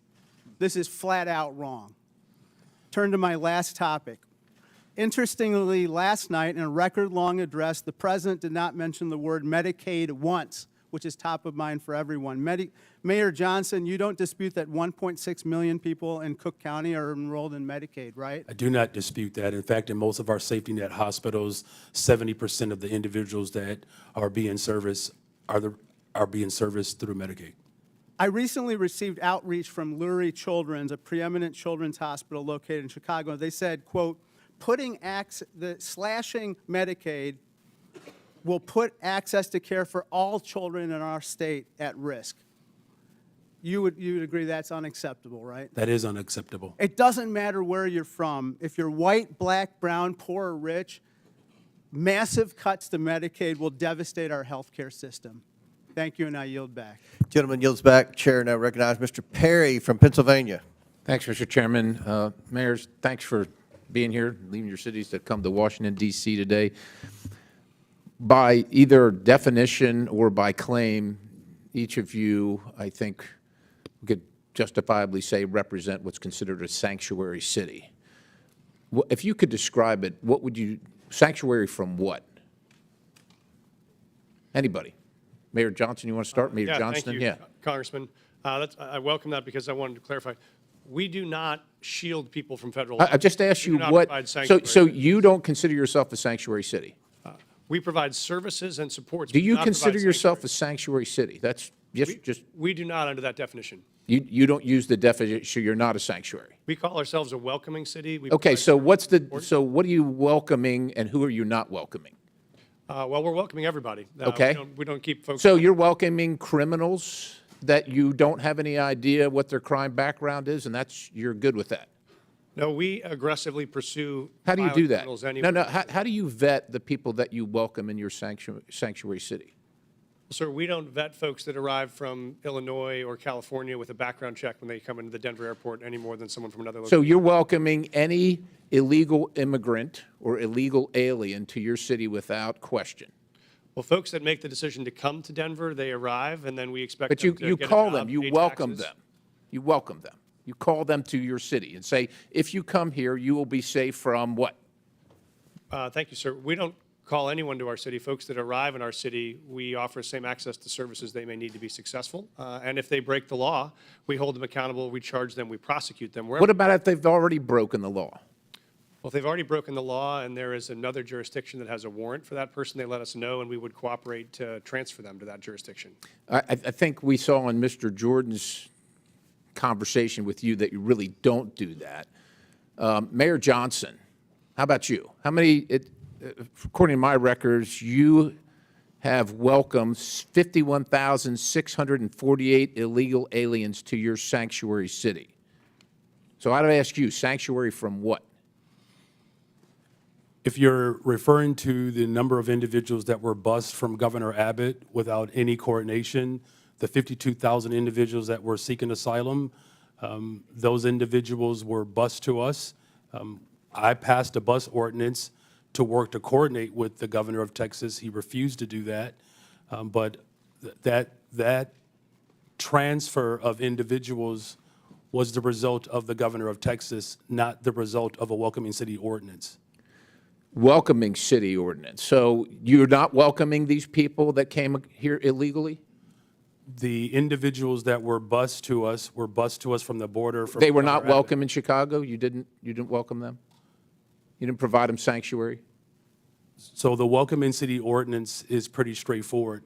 It allows for our local law enforcement to focus on local policies, and that's why we're seeing a decline in violence. So in you the don't city of care Chicago. about federal law enforcement policies, only local policies? We comply with all laws. What I do care about is this body, Washington, passing comprehensive immigration So reform. let me ask you this. Chicago residents reported 28,443 violent crimes during 2024 alone, cases of aggravated assault rising to the highest level in 2 decades. Now, also, state funds, $160 million, were issued to illegal alien job assistance shelters in Chicago.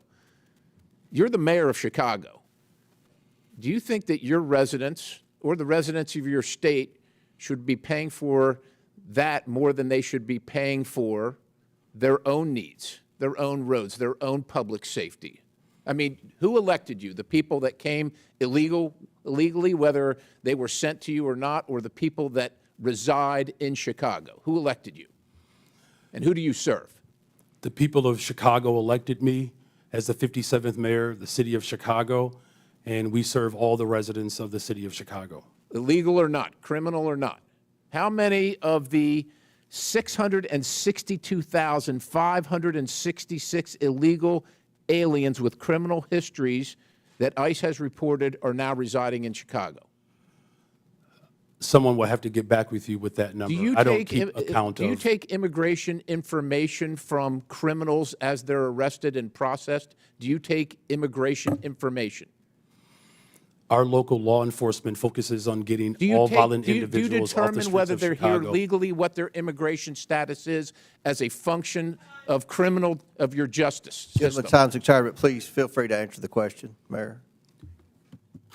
The Welcome City ordinance ensures that our local residents communicate and trust local law enforcement to ensure that criminals and crime is being addressed, So and you that's have why no violent idea how crime many are illegal. has Thank gone you, down Mr. in the Chairman. city I'll of yield. Chicago. Thank you very much, Chair Congressman. now recognizes Mr. Chairman, I have a Mr. unanimous Khanna. consent request. Chair now Mr. recognizes. Chairman, I have a unanimous consent request.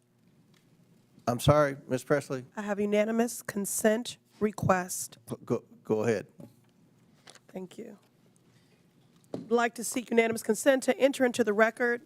Mass deportations would deliver a catastrophic blow to the U.S. economy. What? This is what from the Joint publication Economic is Committee, that? December 2024. From where? What publication? The Joint Economic Committee, December 2024. Without objection, so ordered.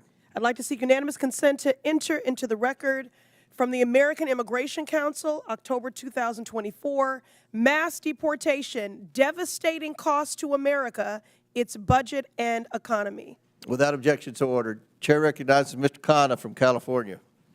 Mr. Chair, Wait, I'm sorry. Mayor Wu needs a short break to attend to her young child. Mayor, Mr. you Chairman, may be- I got the note that the baby's okay for now, so I'll continue. But thank you. I will. Is it? I believe from my husband that the baby's okay, and Okay, well, and get- the let us arrangement, know. if it's All right, okay, was okay. that everyone would take a break, so I wouldn't have to go into a back room by myself to nurse when it's time. All right, Thank you. Chair recognizes Mr. Carter. Thank you, Mr. Chair. Mr. Chair, I find the Republican position in this hearing quite ironic because the Republicans are the party that are always touting local government, state government, local control, and not having federal overreach. So I want to explore actually one of your favorite topics on the other side of the aisle, the infamous mask mandates. I know how much you love them. When CDC came out with the mask mandate order of January 29, 2021, they said that we needed to have fines of $1,500 for anyone who didn't wear a mask on a plane or in a public space. And they said that there needed to be referred criminally to the Transportation Authority if they violated it more than once. Now, Governor Abbott said in Executive Order 38, we're not going to enforce, we're not going to have our cities enforce the mask mandate. And Governor DeSantis said the same thing. We're not going to have our local police enforce the mandate. I want to ask Mayor Adams and Mayor Wu, because you had slightly different views on the mask mandate, but Mayor Adams, you were actually praised in New York for saying we are going to take away some of these mask mandates earlier so businesses can open and there can be a revival in New York. Did you ever, in law enforcement, to your knowledge, enforce the CDC mask mandate and ask your law enforcement to fine people who didn't wear a mask $1,500? What we did was looked at the science and looked at how it will impact business, and after issuing warnings in education.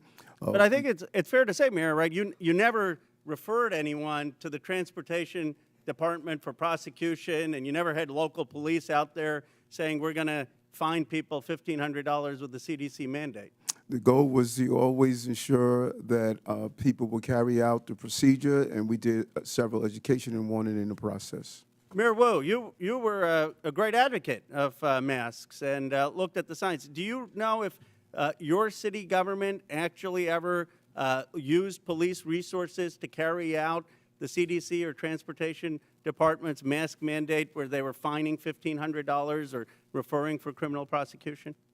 I am not aware of any incidents of someone in Boston having been fined or prosecuted for any mask-related issues. We certainly prioritize public health and saving lives, and so our role as a city was to provide positive communication, outreach, make sure there were signs and different community organizations that could go and remind people to stay safe and do their best to take care of each other and their And families. as much of an advocate as you were for masks, and I was an advocate for masks, would you have been hesitant to order your law enforcement, your local police, to say if someone was violating those mask mandates that we need to cooperate and turn them over to the Transportation Department for prosecution? Would that have given you some pause if the federal government were saying use your police departments to fine people $1,500 and give us their records for criminal prosecution? Yes, it would have. And so I guess I'm trying to understand, you know, if we set this precedent that we want cities to be enforcing every federal mandate, then what happens when there's a new Democratic president that comes and says, we want a mask mandate that the Republicans may not want? And when there are conservatives like Governor DeSantis or Governor Abbott saying we don't want our cities to enforce that.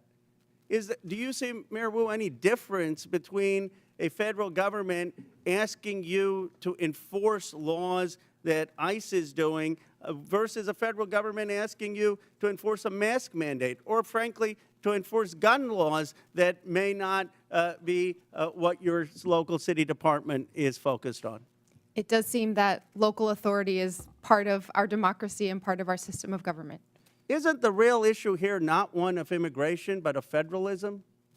Isn't the question, I mean, everyone agrees that there needs to be, if there's someone who's convicted of a crime, that ICE has the right to enforce those laws.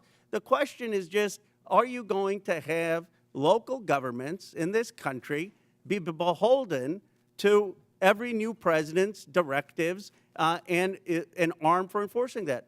My view is that we ought to have local governments be able to use their police officers for their priorities. That, in its essence, is federalism, and it actually used to be the conservative Republican position. Gentleman's time's expired. Chair recognizes Dr. Fox from North Carolina. Thank you, Mr. Chairman. Mayor Johnson, in the last 4 years, how much has Chicago spent on care for illegal aliens? Thank you for that question, Congresswoman. So since 2022, since the governor of Texas began Just shipping. tell me a number. I don't need a speech. Just tell me a number. So since 2022, since the governor of Texas was shipping individuals to cities across this country, the city's budget, roughly 1% of the city's budget over the course of 4 years. Mayor Johnston, the same question, and I don't need a speech, just a number. Thank you, Congresswoman. Thank you, Congresswoman. It's $79 million over the last 2.5 years. Mayor Adams, same question. How much has New York spent to care for illegal aliens?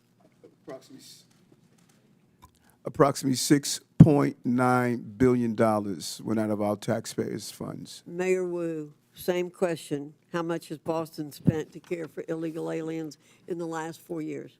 We do not ask about immigration status and giving city services and providing that access, so we do not have a number.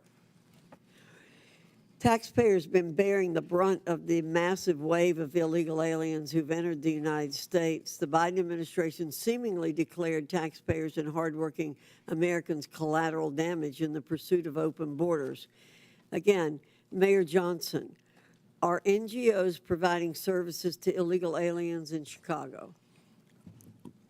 In accordance with the Welcoming City Ordinance, our sister agencies or city departments, we do not seek the status of any individual that is seeking service. Mayor Johnston, are NGOs providing services to illegal aliens in Denver? Thank you, ma'am. When folks arrive on the streets without food or resources or shelter, we do provide food or shelter regardless of where folks arrive from. Mayor Adams, same question. Yes, in combination of city agencies and nonprofits, we responded to the migrant asylum seekers humanitarian crisis that hit our city. And Mayor Wu, I assume you don't know their status, but do you know if there are NGOs are providing services to people arriving in your city without any kind of documentation? There are community organizations, many of them in Boston, who seek to serve all of our Boston residents. Congress must provide oversight and ensure accountability for taxpayer funds going to NGOs. Agents from Customs and Border Protection have been outspoken in opposition to allowing NGOs to assist illegal aliens in subversion of law and order.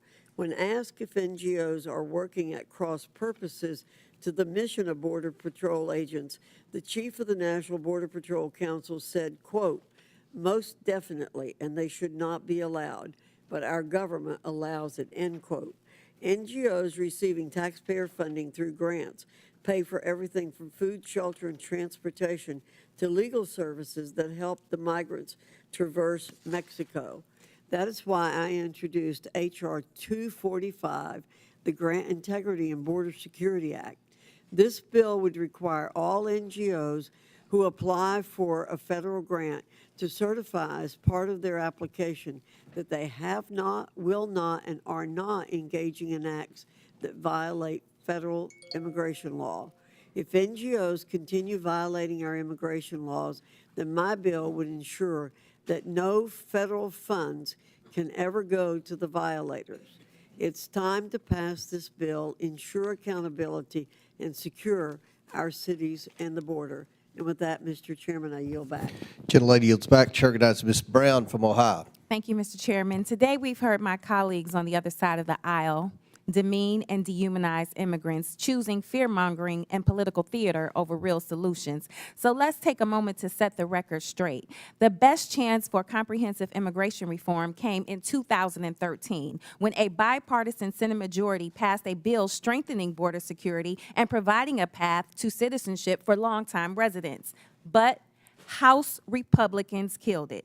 Fast forward a decade later to last year, the Senate crafted another bipartisan deal, one that would have enhanced border security and tackled the fentanyl crisis with better technology and more agents.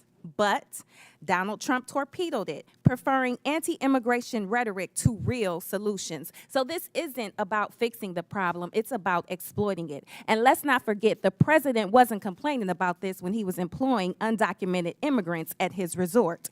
We all remember President Trump's tired old tactics from his first term, the harmful Muslim ban, referring to black and brown countries as quote-unquote shithole countries, and the cruel images of kids in cages. This time around is no different. President Trump signed multiple executive orders before even attempting to work with Congress. Mind you, a Republican-controlled Congress. So this isn't about policy, it's about fear. For the last decade, Trump has pushed menacing messages portraying all immigrants as criminals. But it isn't just coming from Trump. It's being amplified by right-wing media. A recent Ipsos poll found that people who watch Fox News are twice as likely to believe myths about immigration, including the false idea that immigrants commit more crimes than native-born Americans. This is objectively false, yet 2 in 3 Fox viewers believe it is true. This serves a purpose: fueling outrage, distracting from real solutions, and keeping the conversation stuck in a cycle of fear instead of facts. And Trump's latest immigration crackdown reinforces these misperceptions. ICE raids, choreographed for cameras, deportation sweeps with photo ops, wardrobe changes, and tough talk. The cruel performative videos of immigrants in shackles, $200 million in taxpayer money to air pro-Trump propaganda ads. Talk about waste, fraud, and abuse. All spectacle, no substance, all performance, no plan. On the campaign trail, J.D. Vance and Donald Trump promoted vile and xenophobic lies about Haitian immigrants in my state of Ohio. And now the Trump administration has moved to strip protections from 500,000 Haitians. These are people who have lived, worked, and contributed to this country for years. And they came here the right way, the legal way. But instead of recognizing their contributions, we are forcing them back to a country plagued by violence, instability, and humanitarian crisis. All so Trump can claim 500,000 more deportations. The cruelty isn't just the point, it's their pleasure. So let's be honest about what's really going on here. Mayor Johnson of Chicago, what sort of an impact will the Trump administration's decision to allow arrests at sensitive locations like hospitals, preschools, churches, and courts have on your city? Thank you for that question. As a welcoming city space, it's important that the trust between the community and law enforcement is strong. That's ultimately how we have built a safer city. Just this year alone, violent crime is down 20%. Any type of threat to the civility and to the humanity of people is a threat to the evolution of our democracy. And so it's incumbent upon Washington to ensure that we are funding our education system, that we are funding our transportation system, our healthcare system, creating more jobs. Just since I've been in office, we've increased youth employment, summer jobs by over 40%. Making sure that our young people see their purpose is the value of this democracy. And so I call on this body to continue to invest in the city of Chicago that sends billions of dollars to Washington. Thank you. Fear and cruelty are not the solution. It's distinctly un-American and a dangerous distraction from the Congress's responsibility to actually deliver progress on this challenging facing our country. And with that, I yield back. Gentlelady yields back. Chair recognizes Mr. Grofman from Wisconsin. Yeah, just a couple comments first. As far as the idea who's committing crimes, we have no idea how many illegal immigrants in this country are committing crimes because nobody keeps track. Okay, if I go to a prison or a jail in Wisconsin with, I don't know, 1,500 inmates, and I ask how many of these people are here illegally or how many are citizens of another country, nobody will know the answer to that question. So that's why we don't have hard facts on how many crimes people committed. The other thing I like to point out is every year in this country, about 850,000 new people from other countries are sworn in as American citizens. I don't know of Donald Trump ever talking about reducing that number. Maybe he should reduce that number, but I've never heard him talk about reducing that number. Our concern here was illegal immigration, and I would hope the vast majority of Americans think we ought to have a immigration law that the 850,000 new citizens every year go through. But if we're going to have an immigration law, it means we have to do something with the people who try to become permanent residents without going through the proper structure. Now, I think part of our problem here is we have a lot of people who don't understand why we have an immigration law at all. And I want to ask all four of you as I go down, we go down the row here, do you believe the United States should have an immigration law, or do you believe that just anybody should be able to show up and come in? And we'll start with Mayor Adams there. I strongly believe we need to have an immigration law. I strongly believe we need to secure our borders. We witnessed a 90% decrease, and we're seeing that play out in our city. So we should have a strong immigration law. Good. And I'll ask this question then. If you believe we should have an immigration law, and then we'll get all four of you here, if you believe that, do you believe people who ignore the law, whatever that law is, should be allowed in the country? I think that all of us must be held accountable to the law, and if we secure our borders to make sure before they come in that is done correctly, it is not going to impact cities to carry that burden. Like I said, close to $7 billion in tax dollars. Mr. Johnson, do you believe we ought to have an immigration law in this country, or do you believe everybody should just be able to walk in here and set up shop? Thank you, sir. I do believe we should have an immigration law. I do believe we should have secure borders. I do believe we should fix our asylum process. I do believe we should let dreamers get access to permanent citizenship. I Okay, think then the there's lots question we could is, do. if somebody ignores that law and comes in this country, do you believe the whoever, ICE or Border Patrol or anybody, should spin them around and send them out, or can they just ignore the law and because they, however, crossed the Rio Grande, overstating a visa, whatever, are here? Do you believe that we ought to do something to the people who are ignoring the law? Thank you, sir. In the case of the folks we're seeing, they are coming here because they are claiming asylum. When they claim asylum, they then have a right to a day in court to see if that asylum claim Right, is the valid. question is, though, if I come in this country and stay here and I have not gone through any formal process to become a citizen or to be a visa, legal visa or whatever, should we kick that person out? The folks that we're serving, sir, are trying very hard to navigate that legal process. It's often a 7-year wait for a court date when they arrive to this country, so part of it is the backlogged administrative Let me need tell you at the this. border. Every month under President Biden, at least the statistics I have, 30 to 40,000 people, what are called gotaways, came across the southern border, didn't ask for asylum, didn't ask for anything. Do you believe that people who just come across that way should be escorted out of the country, or do you believe just because they ran between the designated checkpoints that they, as the result, get to stay here forever? Again, sir, we're serving folks who are seeking asylum or have status, Well, of like course, temporary protective you status. wouldn't even know that. Or CBP-1. Okay, next, Mayor Johnson, buddy from Chicago. What do you think? Should we have an immigration law in this country, or should anybody who comes here just be able to stay here? I do support the bipartisan legislation that was passed out of the Senate for comprehensive immigration Well, reform. no, that's not answering the question. Right now, people are breaking the law. Do you believe the United States should have an immigration law? As far as I know, every country in the world has an immigration law. Maybe there's one outlier or something. And we have laws in the United States. Do you believe if people come here and break the law that they should be escorted out, or do you believe they just get to stay here forever? Our immigration system is broken. We have not had comprehensive immigration reform since 1986. May I answer fully? Yeah, his time's expired, but Okay. feel free to answer. Do you want Mayor Wu to answer your question, or are you finished? Okay, yeah, go ahead. Yes, thank you, Congressman. Yes, I do believe we need, cities everywhere clearly need an immigration law that has secure borders, comprehensive and consistent, compassionate pathways to residency and citizenship, resources to adjudicate the complexities of the law.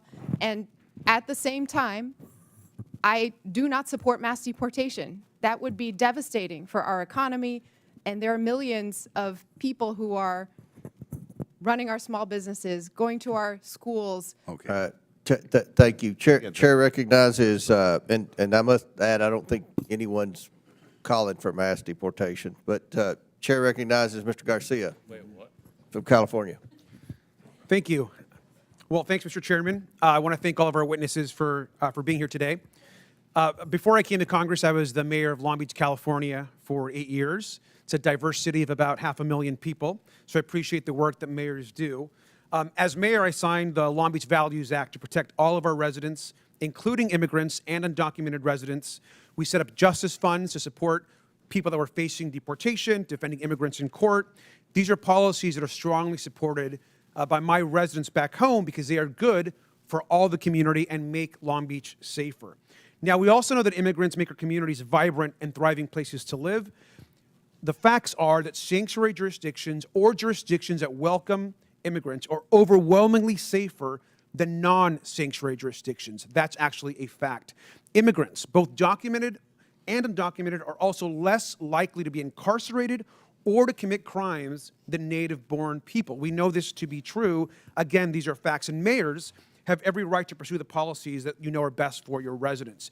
Now, the Trump administration has threatened to prosecute some of the mayors on the panel today and force them to comply with his extremist agenda. But however, Mayor Adams, you are in a different position. You, of course, are already facing serious criminal charges. And Mayor Adams, I assume that you are not going to commit perjury today. And I do believe, though, that you have an enormous amount of issues facing you ahead of you.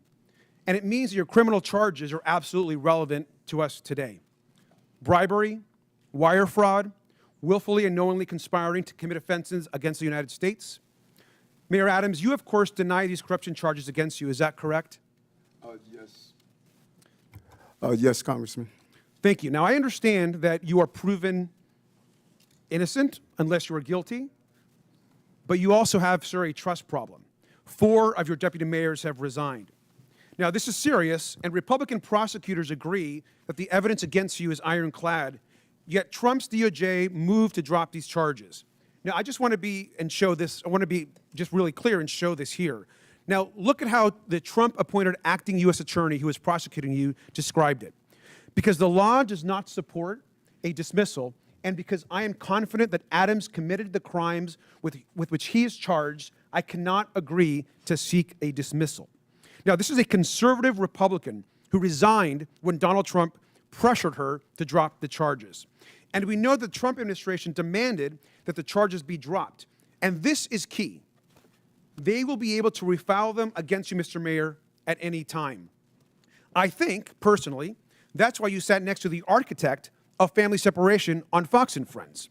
Now, Tom Homan sat next to you and said the following, and I quote, "Getting on Rikers Island is step one. We're working on some other things that we don't really want to talk about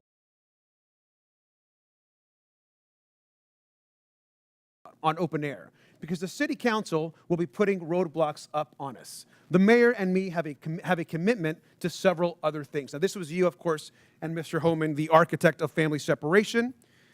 This is also incredibly concerning, Mr. Mayor. You sat next to him, you smiled, you badmouthed your own city council. Now, Mr. Mayor, we have a right to know if the Trump administration has actually coerced you into agreeing to anything. And Mayor Adams, I also want to be very clear. Are you selling out New Yorkers to save yourself from prosecution? There's no deal, no quid pro quo, and I did nothing wrong. And anything dealing with this case out of deference to Judge Ho, who's now addressing it, I'm going to refer to his actions. Well, Mr. Mayor, it appears, to me at least, that you are selling New Yorkers out. It appears that you are working with Tom Homan, who is clearly focused on family separation and deportations and harming New Yorkers and others across the country. Now, every other mayor on this panel is pursuing legal and effective policies that benefit our residents and their communities. Their policies actually uphold public safety. Now, I personally agree with the majority of New Yorkers and think, Mr. Mayor, that you should resign. You should do the right thing. You should step down and resign today. And with that, I yield back. Would my friend yield? Would my friend yield? I yield. Yeah. Mr. Mayor, I want to be really clear. Were you pressured in exchange for the dropping and dismissal of criminal charges in your indictment to cooperate with the Trump administration on all fronts with respect to immigration? Did any such conversation take place? I think I was extremely clear. I cannot hear you, sir.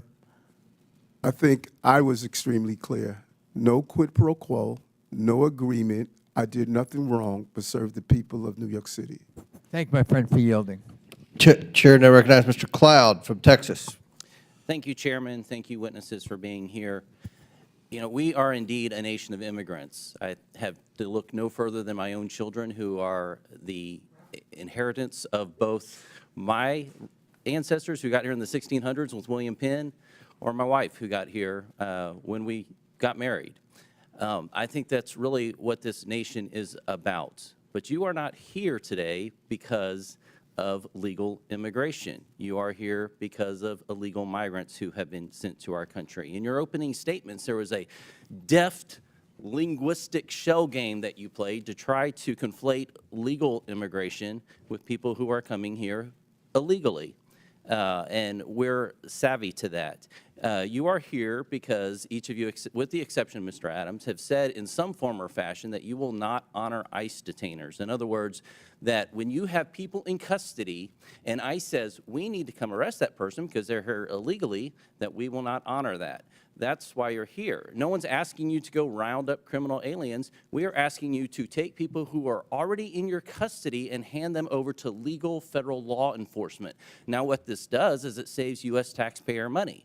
It keeps from a greater presence of ICE and federal law enforcement in your communities, because if you're releasing them, it takes more people, as Chairman Jordan mentioned, to go in and to re-arrest that person, and it puts the lives of law enforcement in danger. This used to be a bipartisan issue. As a matter of fact, groups like the Cato Institute called President Obama the deporter-in-chief. And Mr. Chairman, I'd like to submit for the record a Cato article that said President Obama, deporter-in-chief, is the title of it. So why we have to ask is suddenly the left not embracing policies that Obama supported. We can look to last night, where it seems to be Trump derangement syndrome, where the left could not seem to applaud kids fighting cancer, a first lady, an accomplished immigrant in her own right, where traditionally we have applauded and recognized and honored the families for their sacrifice. Many of them are, this is the president's issue, and they're kind of along for the ride. It was odd, I thought, that they applauded sending more money to the Ukraine, but not peace for Ukraine. And so it brings us back to why we're here and why this is a partisan issue all of a sudden. It boggles the mind. Now, Mayor Johnson, you seem to want to talk about Texas, so I'm from Texas. Let's talk about Texas. First of all, have you been to the southern border? I've been to Texas, but I have not been exactly to the southern border. Okay.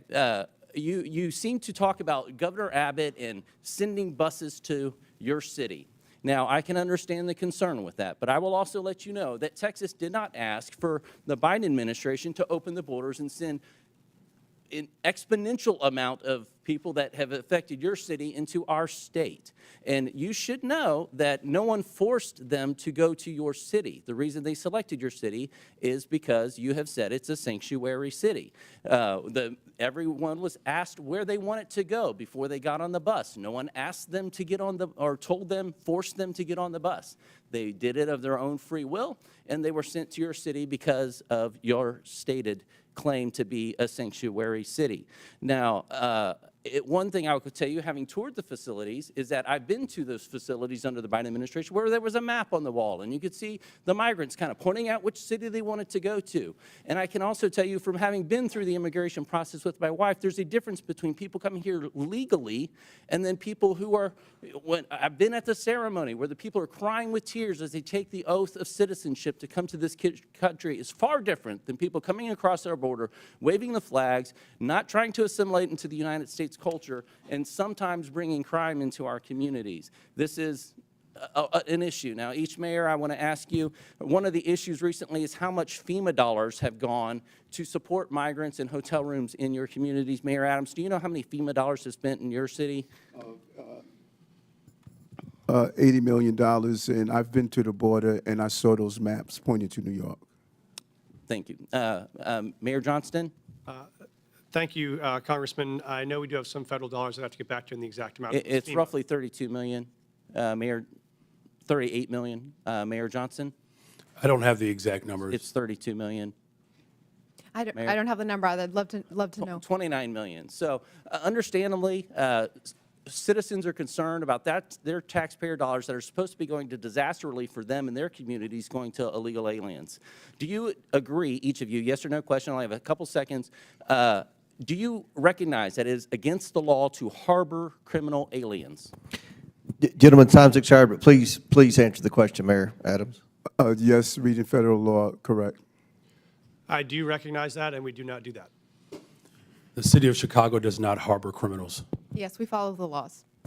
Mr. Chairman, I have a unanimous consent request. Proceed. I would ask to enter into the record two articles. One, talking about President Trump putting mass deportations to the heart of his campaign during the campaign. And just last night, Trump vows to use U.S. military for mass deportations. Without objection, so ordered. Thank the chair. Chair recognizes Mr. Frost from Florida. Thank you, Mr. Chair.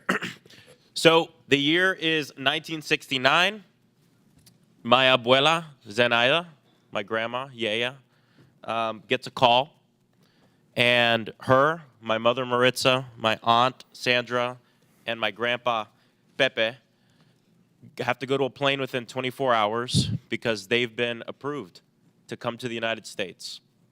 They came here as refugees in 1969 during the freedom flights from Cuba for their new life in accordance with the promise of this nation. ICE arrested hundreds of U.S. citizens during Trump's first term. Again, in the last few weeks, ICE has detained Native Americans, a teenage girl from Nicaragua, Puerto Ricans, a Puerto Rican military veteran, all legal residents, but all who fit the description. I bet someone like my grandma would have fit the description too.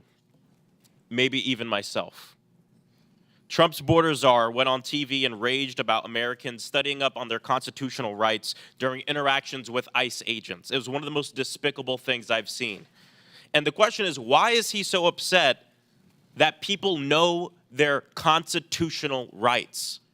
To the point where this administration has moved to try to intimidate members of Congress for trying to educate their constituents to know their rights. Why don't they want people to know their rights?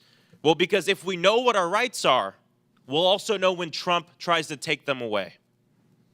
Mr. Beer, why are such outbursts from this administration alarming as threats to our rights and liberties?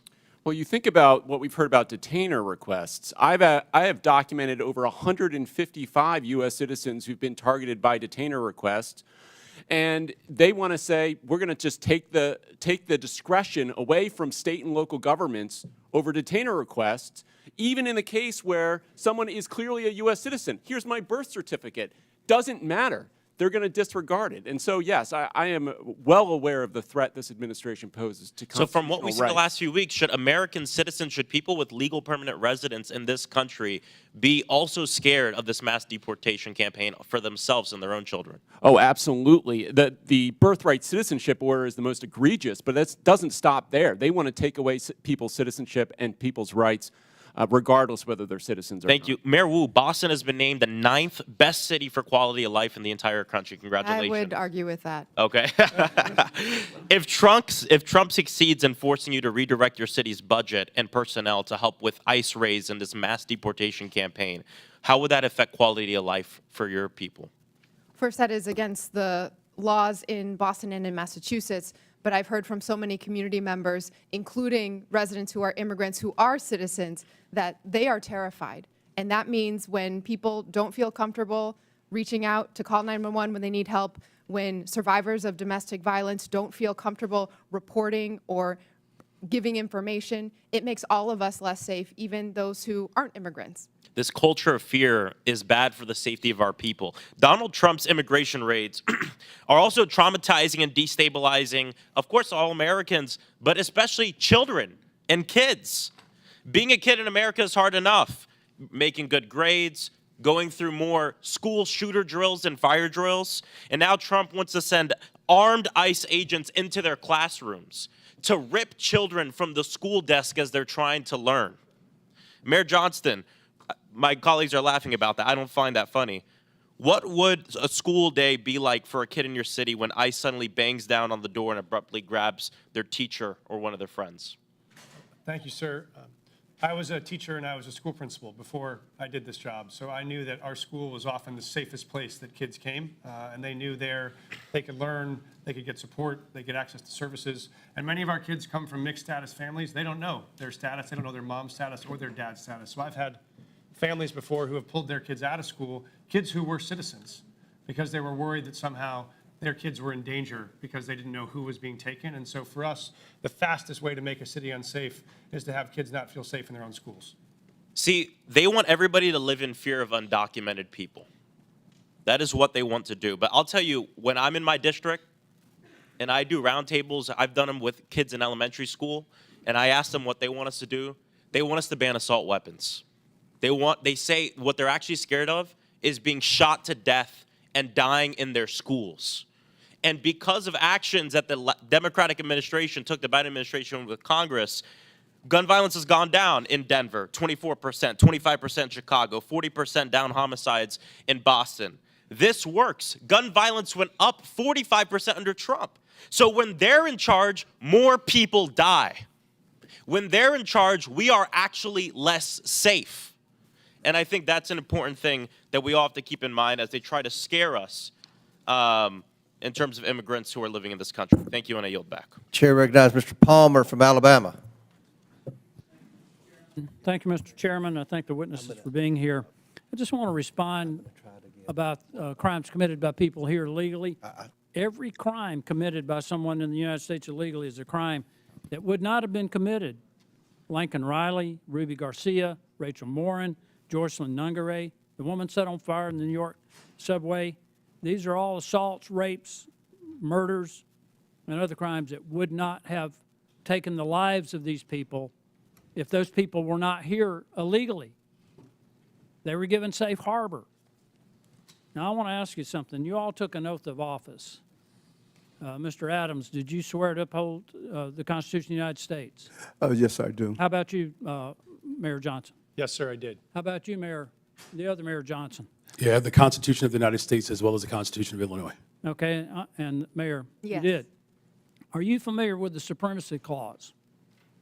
Any of you? Yes, sir, I am. Okay. Then under the Supremacy Clause, you understand that the laws of the United States take precedent over the laws of Colorado, over the laws of Illinois, over the laws of Massachusetts, and your cities. Do you understand that? Yes, sir, I do. But when you declared your cities sanctuary cities, you did so illegally. Do you understand that? Respectfully, sir, I would disagree with that. We follow You're every disagreeing federal with law. the law. It's against the law to give sanctuary to people who have committed felonies, and it's a felony to cross the border illegally. There You is no- gave sanctuary to people who are here illegally. You violated your oath. to uphold the Constitution. Because of the supremacy clause, the laws of the United States take preference. But you didn't do that.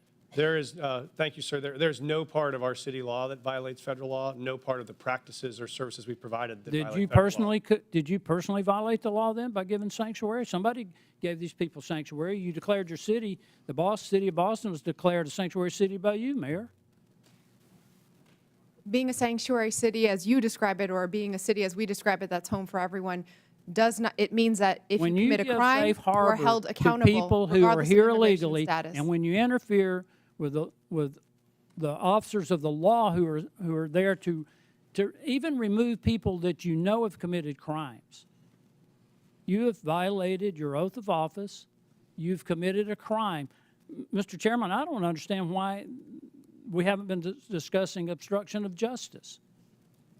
I mean, get real about this. We have a problem in the country with the people who have come here illegally. And I just gave you a few names of people who have been raped and murdered. There are numerous others. There's a whole organization established called Remembrance to remember the people who have been assaulted, raped, murdered in this country, because certain cities, certain officials decided to give sanctuary to people who came here illegally and committed these crimes. It goes all the way back to Kate Steinle, San Francisco, shot by someone who was here illegally. She would still be alive today. She died in the arms of her father. So again, I want to know if you understand the supremacy clause, that the laws of the United States are supreme over whatever your opinions might be of what the laws are. Sir, I do recognize that. We do follow that. I want to clarify that we actively, aggressively pursue any known criminal in the city, and we actually partner with the federal government to do that. If there is someone with a criminal warrant, we're searching for them. We have federal task forces we're partners of to break up gang activity. We do that for drug trafficking. We do that on armed robberies. So we are in partnership with the federal government on many issues around Mayor federal law Adams is being attacked because he's agreed to cooperate with federal officials to uphold the laws of the United States. I haven't heard any of you in defense of that. We are absolutely upholding the laws of the United States. We do it every day, and we will continue to do it. I just think we need to do a deeper dive into this, Mr. Chairman. If it were up to me, I mean, I'd be considering referring charges. I think we've got a problem here when we decide that there's some laws that we will obey and some laws that we won't. I don't care who it is, Republican, Democrat, I don't care what office you hold. We need to abide by the laws passed by. Will the United gentleman States. yield? No, I will not yield. Mr. Chairman, I thank you for the time. I yield back. Gentleman yields back. Well, We're gonna have two more. We're gonna have two more questioners. Then we're gonna have to take a break at the request of the witnesses, a 15-minute break, maybe 20 if we need that. But Chair recognizes Mr. Kassar, and after him, then Mr. Higgins, and we'll proceed with the break. But Chair recognizes Mr. Kassar. Good morning. Good morning. Good morning. Mayor Wu, can you tell us a little bit, just maybe 20 seconds, about how your administration has helped address unemployment, especially amongst youth in your city, which we know is a risk when we have high levels of young people unemployed? We made a commitment, our mayor's guarantee, that any young person in the Boston Public Schools who wanted a paid summer job would get one, and we fulfilled that with the partnership of businesses and companies and organizations throughout the city. Record numbers participating. Thank you, Mayor Wu. Mayor Johnson, can you tell us a little bit about measures your office has implemented to address the root causes of violence in Chicago? Thank you for that question. Yes, so first of all, it's great to report that violence is down in the city of Chicago, and it has gone down since I've been in office as a result of a couple of measures. One, we've reopened 3 mental health clinics because we do know that mental health issues, and we are in a very severe mental health crisis. We've also increased the number of youth employment. We have hired almost 28,000 young people for last summer. This year, we have an opportunity to hire up to 29,000 young people. We've also built more homes. Just last year, we've appropriated $11 billion, 37,000 construction jobs in the works for almost 10,000 more affordable units, and we have promoted and hired 200 detectives to increase trust between community and law enforcement to solve the crimes that do occur in our city. Thank you so much. Mayors, I want to thank you for the hard work you're doing every single day. Just in 40 seconds, you have described building tens of thousands of homes for people that need them, hiring detectives to solve cold cases, building community trust to reduce violence, hiring people to do incredible mental health work, and reducing the youth unemployment rate. That is so much more than what the Republican majority can ever describe having ideas about. And that's why they've dragged you before us today. They want to point the finger at you because they have no plan on how to address housing, no plan on how to reduce costs, no plan on how to actually reduce violence in our communities. In fact, maybe some of the only plans they have would be to make those issues worse. And I know that you all, as mayors, are doing one of the hardest jobs in this country every single day. You're serving your communities honorably. And they don't want the American people to hear about how Boston has drastically dropped your unemployment rate. They don't want the American people to hear about how Chicago is dropping the rate of violence in the city. But our job is to make sure the American people actually hear the truth. And the truth is that you are pairing a law enforcement response along with a mental health response and a housing response and a jobs response to what's going on in your cities. And that is so critical. Republicans, on the other hand, here are going back to the same old tactic, which is to say, find a vulnerable group of people and let's blame them for everything that we can. Anything bad that happens, let's go try to point the finger at our political opponents or at a vulnerable person or at a person of color from a faraway place. And that doesn't actually solve real issues for the American people. Republicans and their big boss donors blame immigrants for low wages because they don't want the American people to see the Republican plan to dismantle the NLRB, to dismantle unions, and to never pass a bill raising wages for American workers. They blame immigrants for housing costs because the Republicans are dismantling the Department of Housing and Urban Development and stripping affordable housing funding from this country. They want to distract from the $8 million a day that people like Elon Musk get in federal contracts while they attack hardworking immigrants and while they attack officials that are actually just trying to do their jobs. Mayor Johnson, you have a limited number, I suppose, of jail cells in Cook County and a limited number of law enforcement resources. Is that correct? That is correct, and I do not have jurisdiction over Cook County jails. And you want to make sure that when somebody in the city of Chicago calls 911, that they get an appropriate response. Is that correct? That is correct. And so what I have been hearing all morning from my Republican colleagues is they want the federal government to go tell the city of Denver or the city of Boston or the city of Chicago. No, they want the federal government to be able to call you and take over your police resources or take over your county's jail resources, and you don't even represent the county, for whatever case they might come up with, whether the person's dangerous or not.